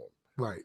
And the answer to that is probably yes, which is why they won't answer it. Yeah. Yeah. That Layla is says, my whole issue. How you doing, Layla? We didn't know you was in here. Says, I haven't watched all the verses due to bad promotion. I didn't know insert artist was even performing, or I wasn't interested in the artist and bad Wi-Fi connection. That's a fact. Side note about that when you finish. But business is business, though. That's a fact. But the side note is that is the reason that Dr. Dre didn't do a versus, because he was supposed to do one, and then the Teddy Riley and Babyface versus happened, and it was so fucking horrible that he was like, "Nope, I'm not attaching my brand." I don't blame him. I don't blame him. I don't blame him. He's like, I'm not attaching my brand to that. My brand literally has always been quality. Then you follow that up with the beats shit. From day one. From day one. Because if you listen, even back then, in the late 80s, if you listen to way all of the albums that were mixed and mastered by Dre or Dre had anything to do with them, they were crystal. You listen they to sound the clean the clarity sound of that on yes. And I am not sure. I am not sure if the average listener was really paying that much attention to it, but audio files and people that were actually like record, like I was recording artists at the time, like, yo, we noticed the difference. No, here's the thing. It's one of those things with it's what's the word I'm looking for? It's negative reinforcement. You don't get praise for it. Right. It's something that you would only get backlash for if it wasn't up to par. If it wasn't up to par, right. Yeah. And believe me, I noticed the difference between Dre's overall mixing and mastering and everybody else, almost everybody else in the rap genre. I noticed the difference. I could hear it. But of course, my ears trained to hear it. Like, yo, that shit is, you would hear that shit come across some fucking car speakers and like, woo! That shit gonna cut somebody. It's so sure. That shit gonna cut somebody. So no, I don't blame him, yo. I don't blame him. All right, Benny. Thanks for showing up. Appreciate you. But man. He came out in an interview recently. I don't know if it was an interview, but he came out recently and it's Swiss. I think Swiss said it recently. Right. That's the reason that they haven't been able to get Dr. Dre, because he was signed up. He was supposed to. He was lined up. He saw that shit show. I don't know. I don't think he said who he was supposed to be going against. But yeah, he said it was already lined up, and then he saw that shit show. It's a shit show, and I think he said that was one of the reasons that they moved towards just having the people in the same place so that they can control all of that. Right. Which makes total sense. It does. It's one of those things. This little small frame of time, we've had to deal with less than standard video quality, and mostly because of the pandemic shit. And man, we talked about this before. This goes across entertainment and all fields. Watching news programs on cable is the funniest. You want to know an indication of how things was doing bad? They couldn't get people in studio. So some of these very wealthy people that will be guests on the show have some of the shittiest internet. And that I'm not putting on them, because they got the money. If they could get it good, they would get it good. That's because of what we discussed also on the show too, about America being 15th in developed nations when it comes to internet signal strength. So no, it's bad. And you know what? That's the other reason why I feel like that I've been railing about infrastructure bills needed to be passed for years. I've even talked about it in songs where I've said they can't even get the infrastructure fixed. You know what I'm saying? Like, that's part of the infrastructure. And this infrastructure bill that Biden wants to get passed, it's not enough money, in my opinion, but it's a start. And it's the first time somebody is even thinking. They talk that shit, about its infrastructure week. They talk that shit, but they don't put no money towards it. I remember when Obama was president, and I remember he did a little a speech outside of this dilapidated ass bridge and said, "Yo, I know the Senate holds the purse strings. This shouldn't get fixed. Right. We got highway. This in America, we should not have this. This is, come on, man." And guess what? Because they didn't want him to have a win, because they knew it would be translated as the president will have a win. Oh, right? Yeah. So because they ain't fuck with him, and they want to do everything they could to make sure he did not have a win of any kind if they could help it, they decided to let how many years go by before there was ever even a serious attempt at getting the infrastructure bill? That's crazy. So for all of you that have suffered, if you have like home businesses that rely on internet service like me, right? Like SPJ, like I'm sure many of you, right, that rely on that shit, just know that your shit was shitty because they chose for it to be shitty. They could have absolutely put the American people first and put their conveniences and what they could have here first over political expediency, and they said no. Yep. Fuck y'all. Fuck y'all. Yeah, you know, basically. Fuck your shitty internet. You know what I'm saying? Fuck that. All right. Damn it. What? Yeah. Yep. All that. Okay. All of that. And this story, I wanted to talk about it. I wanted to talk about it for a while. It just kept slipping. Time keeps. Okay, never mind. Goldman Sachs is investing $10 billion. What?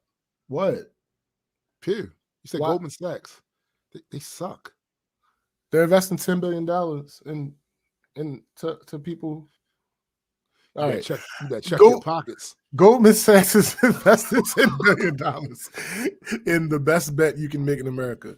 Goldman Sachs recently committed $10 billion in direct investment capital and $100 million in philanthropic capital over the next 10 years to advance economic opportunity in the United States. According to the investment banking giant, specifically investing in Black women will drive investment in housing, healthcare, education, job creation, workforce advancement, digital connectivity, and financial health. No investment could have a bigger impact than unlocking the economic potential of Black women, said Goldman Sachs chairman and CEO David Solomon on March 10th. In the face of significant disparities, they've shown admirable resilience, especially as they're starting businesses faster than anyone else in the United States. While women overall working full-time earn 82 cents for every dollar men make, the pay gap widens for Black women who make 63 cents. Goldman Sachs recently published a report titled Black Womenomics, which estimates that closing the earnings gap for Black women could generate an additional 1.2 to 1.7 million U.S. jobs and boost GDP by 300 billion to 450 billion annually. Let us not get too excited about the fact that Goldman Sachs is making a lot of money, said Teresa Younger, president and CEO a person after my own heart right there. Like, you better check your pockets. While discussing Goldman's $10 billion initiative on Yahoo Finance Live, the idea that they are investing those dollars in Black women is a strategic and smart move on their part. I'm skipping this because I don't know how to say it. Yeah, I know what you're saying. Okay. I know. Yeah. Yeah, it's a philanthropic organization that supports all women, but especially women of color and low-income women. While the foundation is not one of Goldman Sachs' partners in the $10 billion initiative, it does share its mission. The oppression and suppression that Black women have had in this country did not happen in 10 years. This is hundreds of years of systemic sexism and racism that has been levied against Black women in this country. So what I would hope and say to other organizations, companies, institutions that want to invest in the best bet you can make in America, which is Black women and women of color, that they should make sure that they are putting as much on the table as possible. Younger warns against throwing money at the problem of racial inequity without the right strategies. We need to let Black women determine what the strategies are going to be to move forward.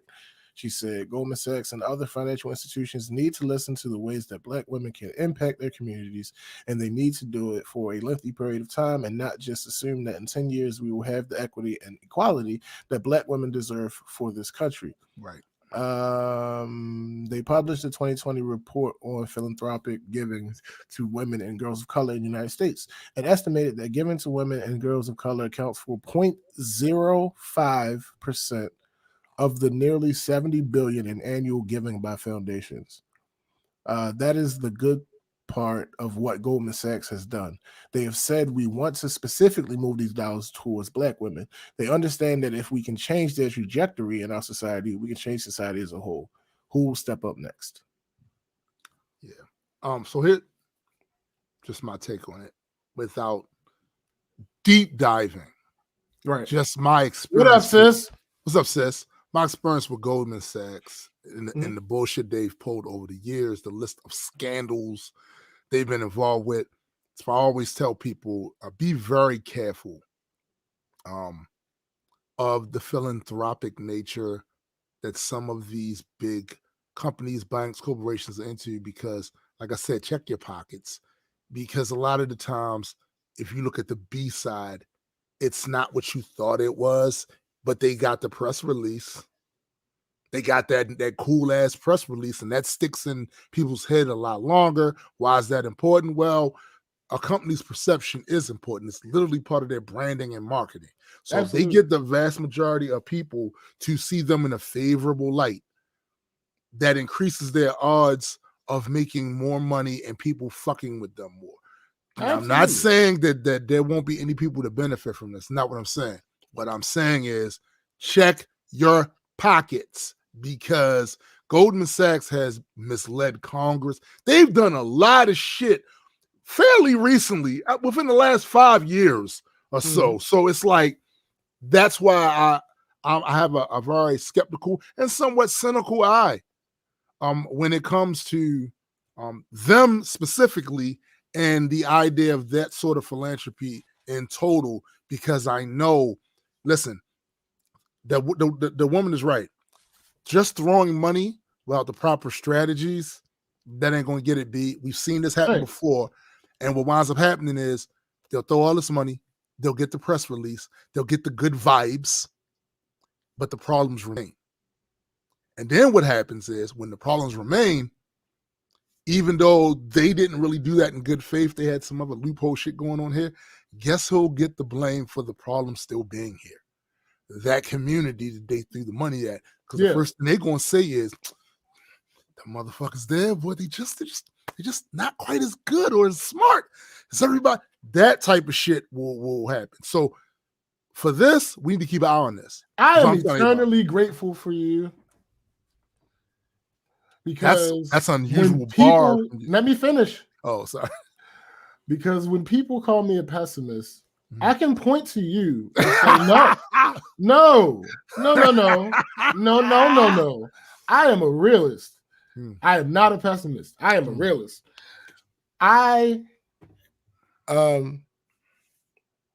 Your what's the distinction? Your line of reasoning is 1000% where I am. Your conclusion, though, is a little ahead. My conclusion is watch your pockets. My conclusion is be skeptical. That's what my conclusion is. My conclusion is, after seeing a string of corrupt things happening from this institution, right? It's like, classic example, what they do to you as an individual, as an individual person. If you have a string of things go wrong in your life, and then you go out there and you attempt to either get a loan or get insured, they look at your past history and make a determination. And that's why I just got this. That's why. You know what I'm saying? Look, well, all I'm asking for regular people like me and you to do is the same thing they do to us. Like, okay, I'm looking at your history here, and it's looking kind of shaky, baby. Absolutely. So I hear what you're doing. Do that, but I'm watching you. Because I know they literally just got dug in your ass less than 5 years ago, 2016. It's just dug in your ass. Now, this could be a repair job.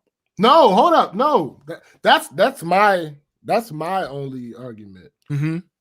I'm not attaching this to any. What's the word I'm looking for? Like if this happens the way that would be best case scenario, in my opinion, Mm-hmm. it's not a repair job to me. It's Mm-hmm. that no, you are who you are, regardless of what happens with this. And I don't think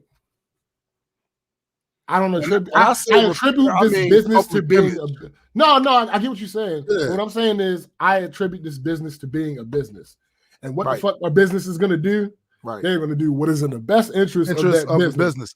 Exactly. And this is the other thing. Like I've told people about the music industry, because this is where a lot of motherfuckers get that shit fucked up.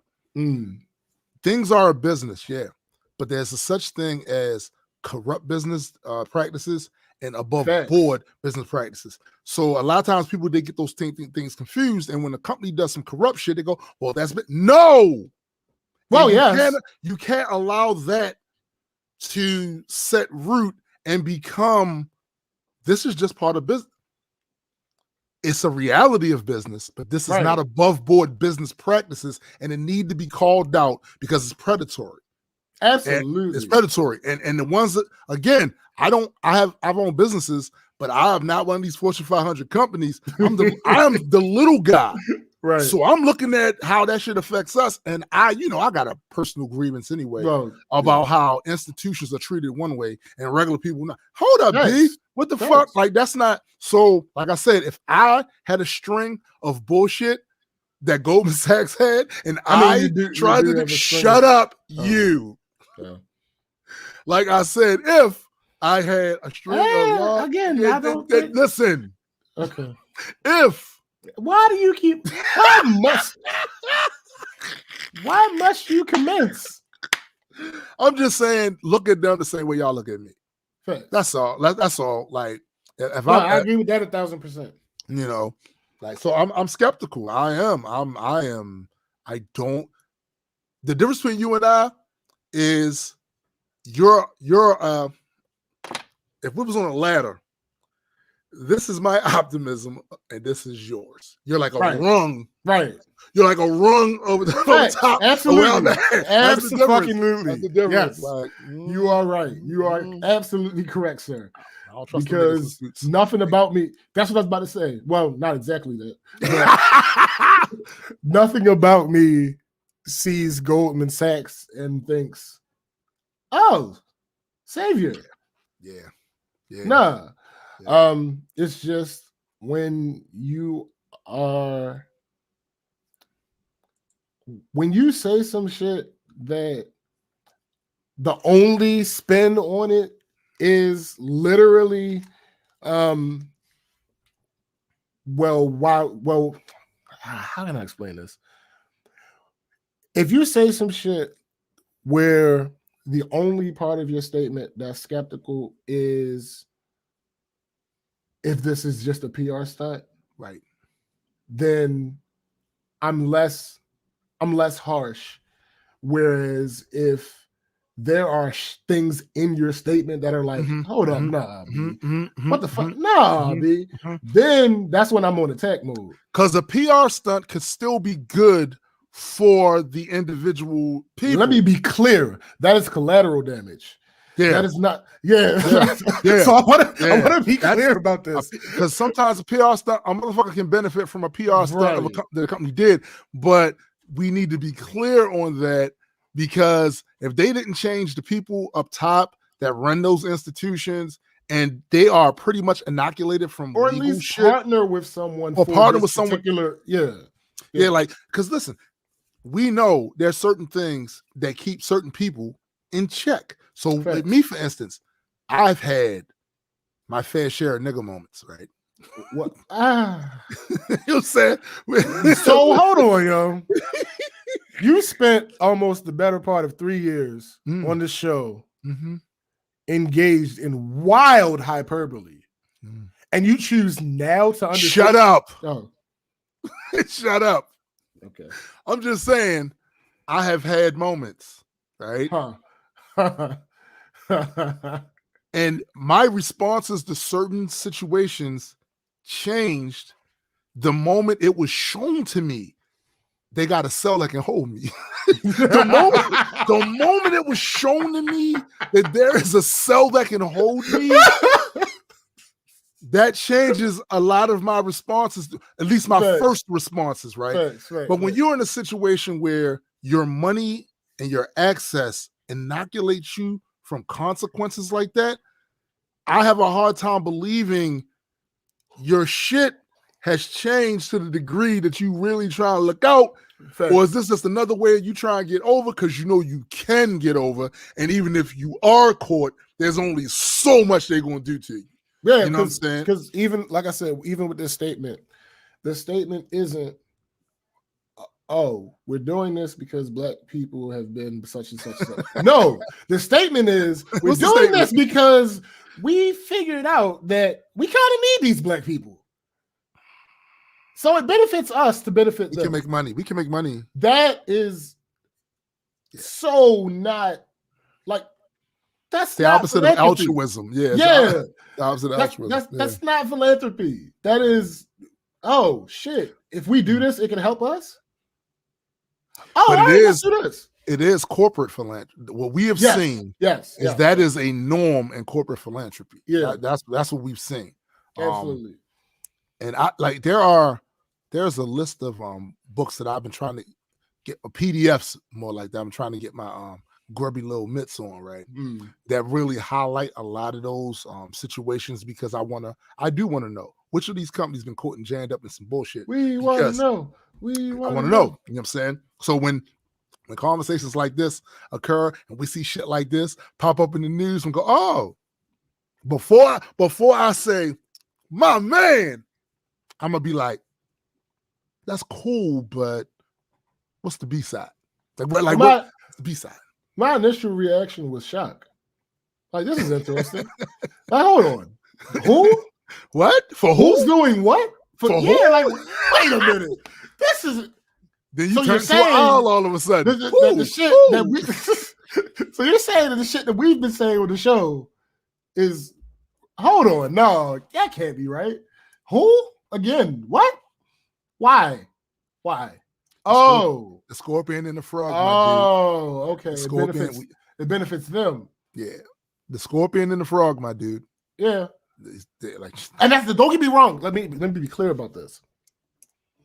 There is nothing inherently wrong with a business making moves that benefit them. No, because please believe, Multiworld is going to make moves that benefit Multiworld. Facts. Please believe. It's just that you don't get that extra, that extra praise because you're not doing something for the reason of helping someone. Yeah, you're helping someone for the reason that it will help you. Yeah.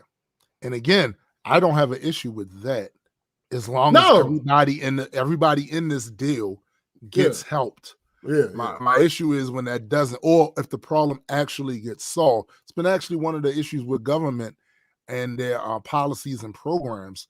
They'll start out with a program and say, this is, they'll start out and say, oh, this is to solve this problem. But that problem never gets solved and the program's still still around. So now they're throwing money at the program. So you got to ask yourself, did that program, it's whatever its modus operandi was, is it really helping? Can this problem actually be fixed? Because it could be a case where the problem itself can't be fixed. It just needs to be maintained, so that justifies the program being there. But I want to know either way. I want to know, because if you're throwing good money after bad, maybe there's another idea out there we could try that could actually solve it. But if we're so committed to that program that we just keep that going, that's money going there and the problem never getting solved. So that's just how that's my political spin on programs. And I'm for programs as long as I got nothing to do with reparations. And also, that's right, I said it. I said nothing to do with reparations. I'm for programs, right? But after a while, I think all them programs should be audited. Like, okay, we've been spending this amount of money for this amount of years. But can we look at the results and see if this is doing something? If not, we get incoherent conversations about government spending from people that want to just cut taxes to the wealthy and then cut entitlements and quotations for the regular people, saying, Right. oh, they cost too much. But you just cut a shit ton of money from coming into the government coffers, taking from, it's a whole thing. It's a whole thing. Yeah. It's a whole thing. They need to start teaching civics in kindergarten. Look, fuck. Yeah, listen. I want a 85% tax rate for the rich. It used to be more than that, I think. I think it should be more than that. What is it now? I think it's less than 20. Marissa would know. I think it's less than 20. I think after that tax cut that Trump gave him, it's like, I think it's less than 20. Or 20, or just a little above 20, something like that. I need to find out though. I want 85. Yeah, it was higher than that. In 1944 and 45, the most progressive tax years in the U.S. history, it was a 94% rate applied to any income above $200,000. And this is 1944, 1945. And guess what's happened since then? Shit got done. So I'm saying, just saying, built this country, built this motherfucking country. Realistically, I mean, come on now. Like, what you need that much money? Look, realistically, wealth is relative. If everybody was being taxed at a higher rate, when I say everybody, I'm talking about the rich motherfuckers. Very wealthy, right? Yeah, wealthy. If all of them were being taxed at a higher rate, they would all still be relatively rich compared to everybody else. Yeah, and their wealth would still be passed on. Their businesses would still be doing the same thing. They could still pass the business down, so they could still pass the wealth down. They could still buy these paintings and all this other shit, so they could still pass that down. You'll get no argument from me on none of that. Here's the problem with convincing people of that. There is a visceral backlash against the idea of you telling somebody how much money they can have. They don't think about it in terms of community well-being, because, especially here, because this country is individualism in this idea of individualism. The exceptional and not what's good for the community. Yeah, not what's good for the community, what's good for the individual, because they think by that you protect everybody's freedom. My issue with that is, though, not really. Yeah, because the people with the most money can make the rules. Right. Layla says, a lot of the time people are always screaming about the lack of money when, yes, there's one component, but throwing a few thousands still hasn't resolved nothing when people aren't even trying or whatnot. And that's the other issue. Yeah, that's the other issue. Like you got to account for human nature. And this is what they don't seem to get. To me, promoting selfishness hurts everybody. Mm-hmm. Hurts the entire community. Like, you got these fucking outbreak monkeys running around this motherfucker, going in the stores, starting fights with cashiers because they don't want to wear a mask. Yeah. That's what happens when you promote individualism over the community good. I'm not saying individualism doesn't have its place.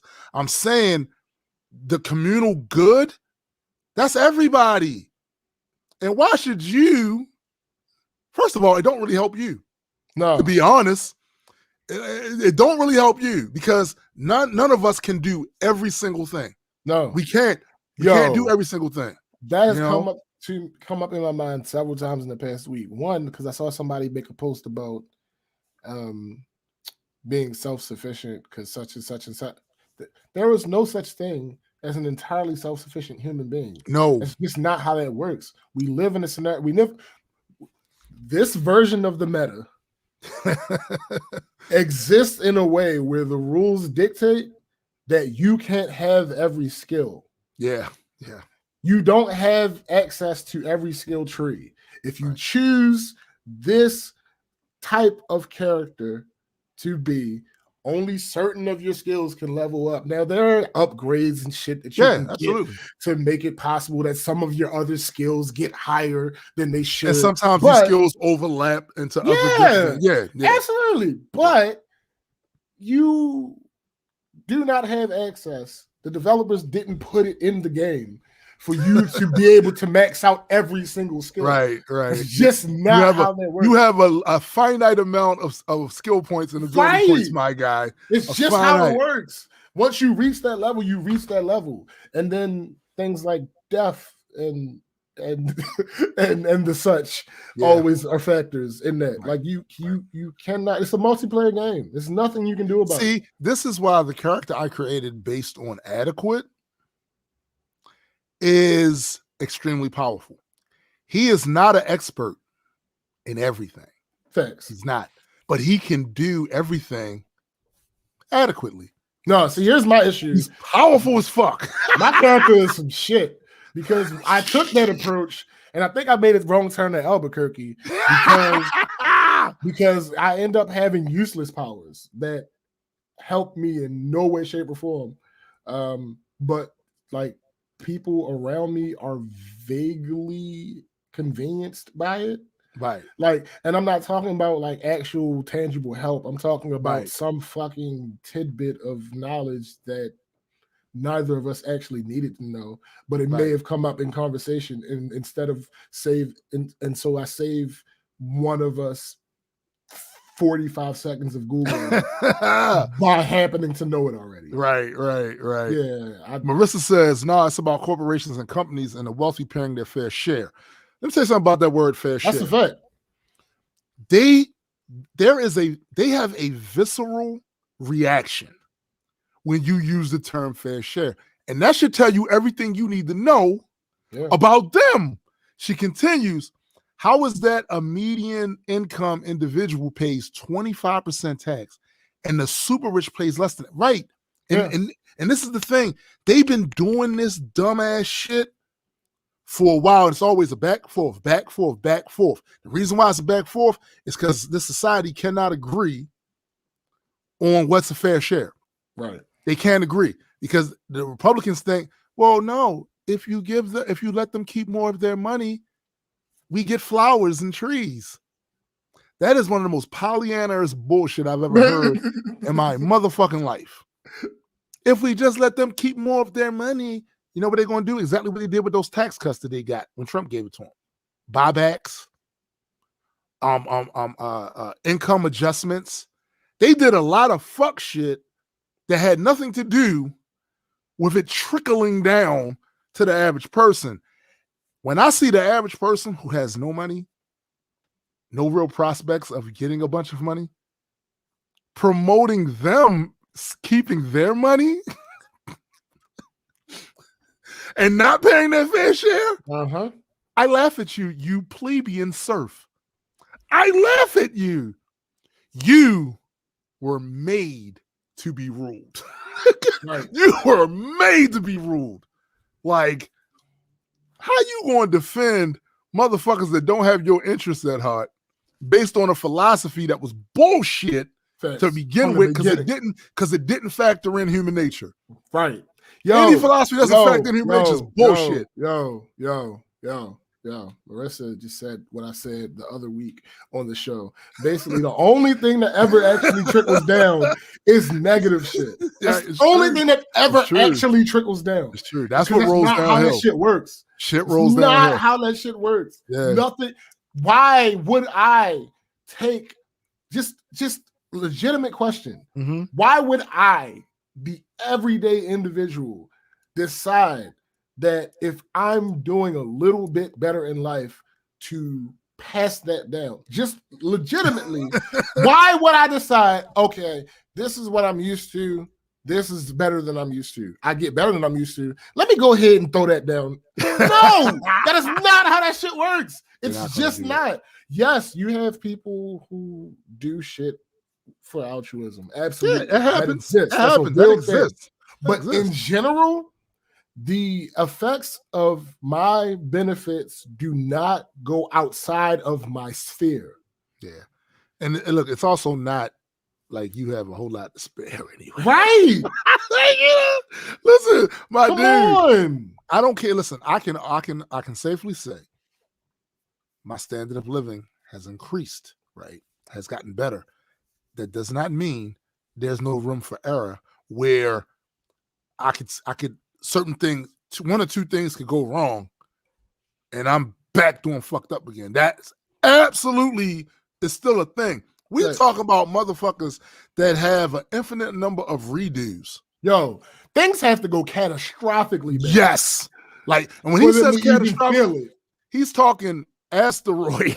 Yo, nigga. An asteroid. I'm talking about nuclear meltdown. Yeah, come on, man. Come on now. Come on. I'm talking about the grid being shut down. These people not have the United so States, much money. the No, world. the world. No, these people have enough money to survive coups and takeovers of entire nations. Yeah. So we can't. Nah. Like we'll literally be fighting for our lives to get the fuck up out of here. You know what I'm saying? These motherfuckers, shit, I'm getting on my private plane. I'm ghost. I'm ghost. Fuck you mean? Oh, fight? Oh, I'll be back. No, if you put this in comic book terms, their durability is at least continental level. They can take the destruction of a continent and survive. Right. You and I can't? No. dude. No. I don't know nothing about that. The odds are we gonna get out. Yeah.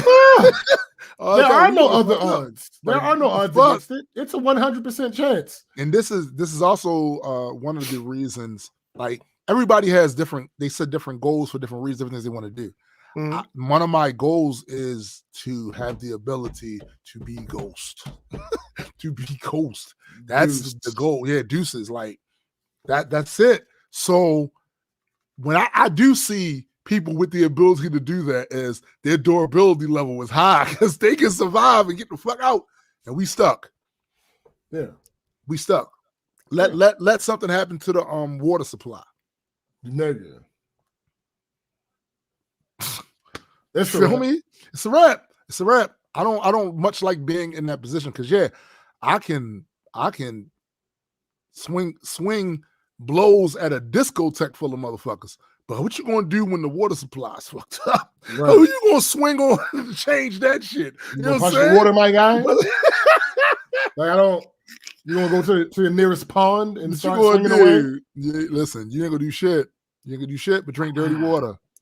So I don't spend a bunch of money on bottled facts, which we kind of do anyway, right? Yeah, but still, it's not the point. Buy bottled water every we week. do that and have a filter. That's crazy. Yeah, I same here. It's a bougie thing. Motherfuckers. It is, yo. It really is, yo. It every week we get like cases of water, and we go through them bitches too. Even though we have a filter, right?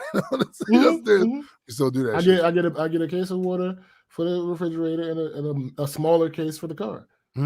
Every week, just about every week. Yeah. And I go through it. Yeah, even though I have a filter. Yeah.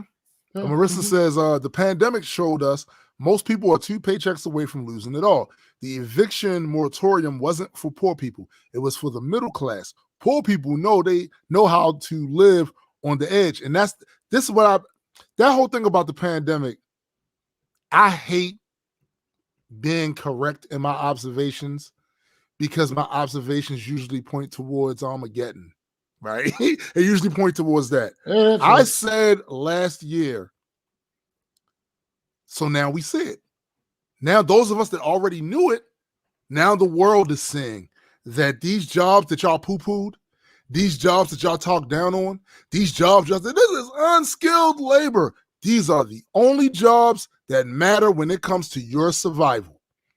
And they've been shitting on you with pay scale, with benefits, and overall perception of the work you do.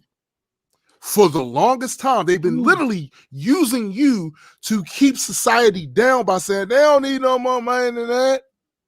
And then when we had this pandemic and we realized that all those same people that they laughed at, the people that worked at the checkout stand, the people that was in the drive-thrus, all the people they said that's unskilled labor. That labor is more important than that guy working in that office over there, filling out some paperwork somewhere or typing on some shit. Right. If y'all, after showing them this, cannot get them to put some respect on your name in the form of more cash on your hourly shit, more respect for your occupation, and more benefits and better treatment at the job, you can never get it here. So spin the block. They try to throw the $15 an hour thing in there. And look what the fuck happened. Look what the fuck happened. I'm telling y'all. Well, Joe Manchin happened. Yeah, but you know what? In history, no, you're right though. But in history, all they're going to see is they said no. Right. Joe Manchin ain't going to be in history. They said no. They said fuck y'all. They said fuck y'all, right? No, you're right. So again, like I said, I hate being correct about certain things because a lot of times my eyes point to Armageddon. Like, yo, no, they're not going to do. They're not going to do what they said they're going to do. They're not. But that's why I think teachable moments are important. Because a lot of times too many teachable moments go by and nobody comments on the contradiction that just happened 3 weeks ago. We talked about earlier in the show. Same motherfuckers going at Lil Nas X neck was the same ones telling us not to be sensitive about Pepe. These are the same people. This is the same people, right?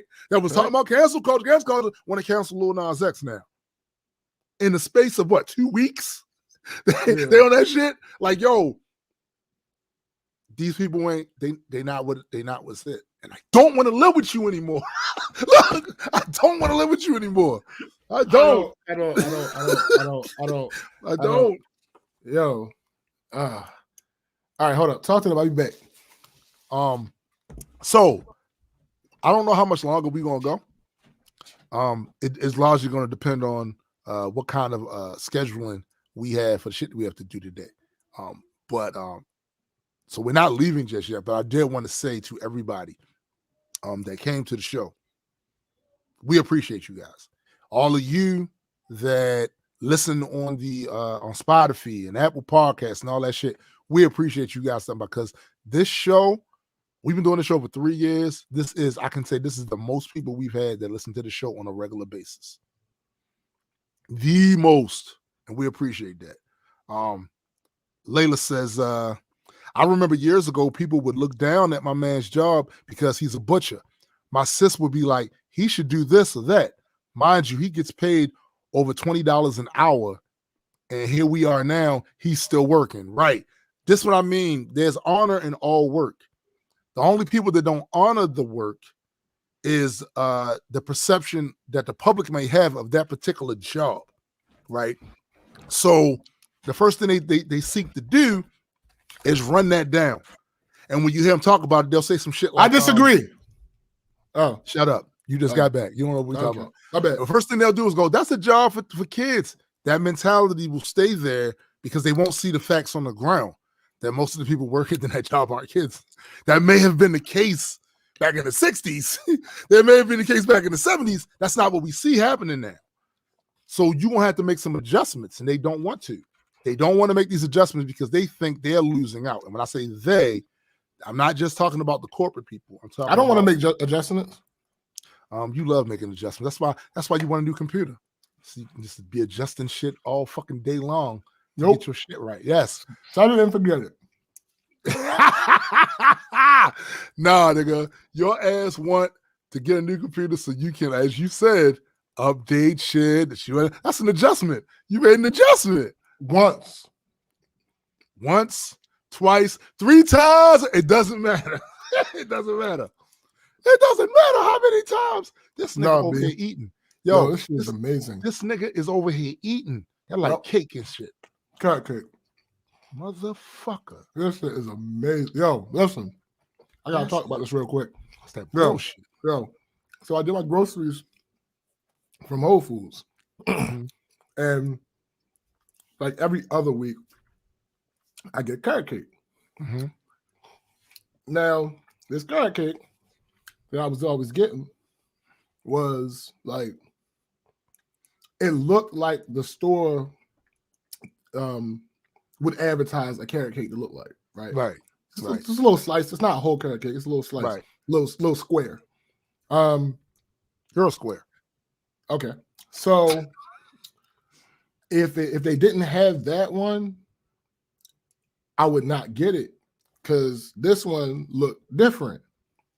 I would not get it. If they only had this one, I would not get it. Damn it. Yesterday, I made a mistake and ordered this one.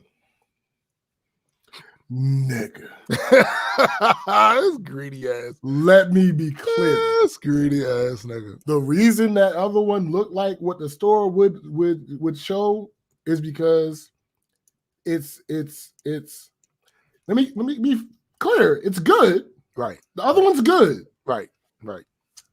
This shit right here, nigga, tastes like somebody put all the love, oh my, and tenderness. Oh, this nigga said that they possibly could into this. Like they had a personal reason to like they saw that I was on the app making my order, and it was like somebody from my past that like always had love for me, and they looked and they recognized. I don't know the reason why listen, these niggas is from your past. These shut people up, from shut your up, past. shut up and listen. And they saw that it was me, and they was like, "I got you, fam." That's what this tastes like. I just want to know why Addie's not here to keep the same energy. Every single time I take a bite of a morsel of food, he is here to say, "This nigga always eating." I mean, this nigga always eating. You over here, he wouldn't be wrong though. For all intents and purposes, committing an assault and battery on that carrot cake, bruh. And he's not here, nigga. To say a thing. This shit right here, man. I might need a moment. This motherfucker here, I swear. This shit is personal. You know what's so crazy about that? Because I'm looking right now, across the room at a bag of IHOP.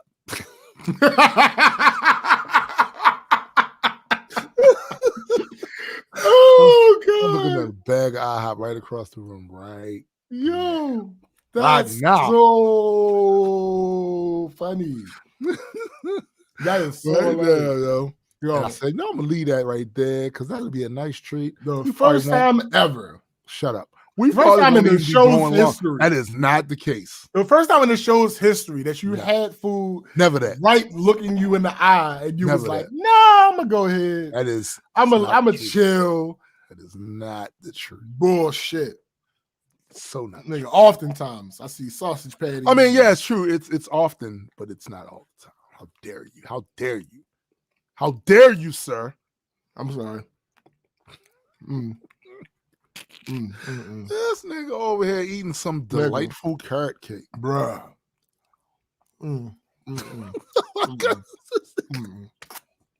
Yo, listen to me clearly.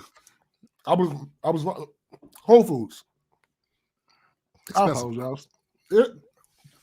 Nigga, thanks. But I apologize. I am so sorry. I had some preconceived notions. And I'll never do it again. Yes, you will. Not with this. No, not that specific thing. You've learned from that. Yes. However, there will be other things that you a slew of them. But this? Oh, not the slow clap. You know what? That's too much. McMillan and Son. Yeah, listen. I can't do this anymore. I can't do this anymore. You gotta Yes. This nigga has lost his ever loving. And then what? Leave him alone. 3-0. I'm telling you, yo. I don't know. Bro, what? Yo. And on that note, people that don't drink water, ladies and gentlemen, on that note, as SBJ makes a complete pig of himself, call it what you want, my guy. I believe this is the end of our broadcast, and I don't just mean today, forever. No, for the day. But again, like I said, I want to thank everybody for popping in every weekend, like you guys been doing. I was saying when you left, this is the most amount of people after 3 years. I can always say this is the most amount of people we have listening to our program, not just here live, but also on the streaming services. That's a fact. We really appreciate that. We will continue to bring you the Saturday morning cartoons, because if we don't do it, who the fuck else gonna do it? They don't care. I mean, a bunch of people, but don't worry about them. They don't care. You know what I'm saying? We are here. That's hilarious. Absolutely hilarious. And we will be here again next Saturday at 11-ish a.m. Delivering the service of the Saturday morning cartoon. They back. Is what it is. Ours are back. Okay. No, we're not. We're not doing that. We are not doing that, my guy. So also don't forget to check out the Metas and Mutants podcast with me and my man, the Super Side Guy. Go check out Addie's Game Room on Facebook as well as on YouTube. And also, do not forget the Jaded One, because he does a celebrity gossip beat. He's doing his thing over there. Go check out his channel on YouTube. Carrot. This motherfucker. So it's a real carrot cake. He got that from the Amish market. I know he did. So anyway, for my man SPJ, I am Tombstone the Dead Man, and for the greater multi-world entertainment family, yes, and that includes Kristen. It actually includes Fab too. He just don't know it yet. We are out. Peace.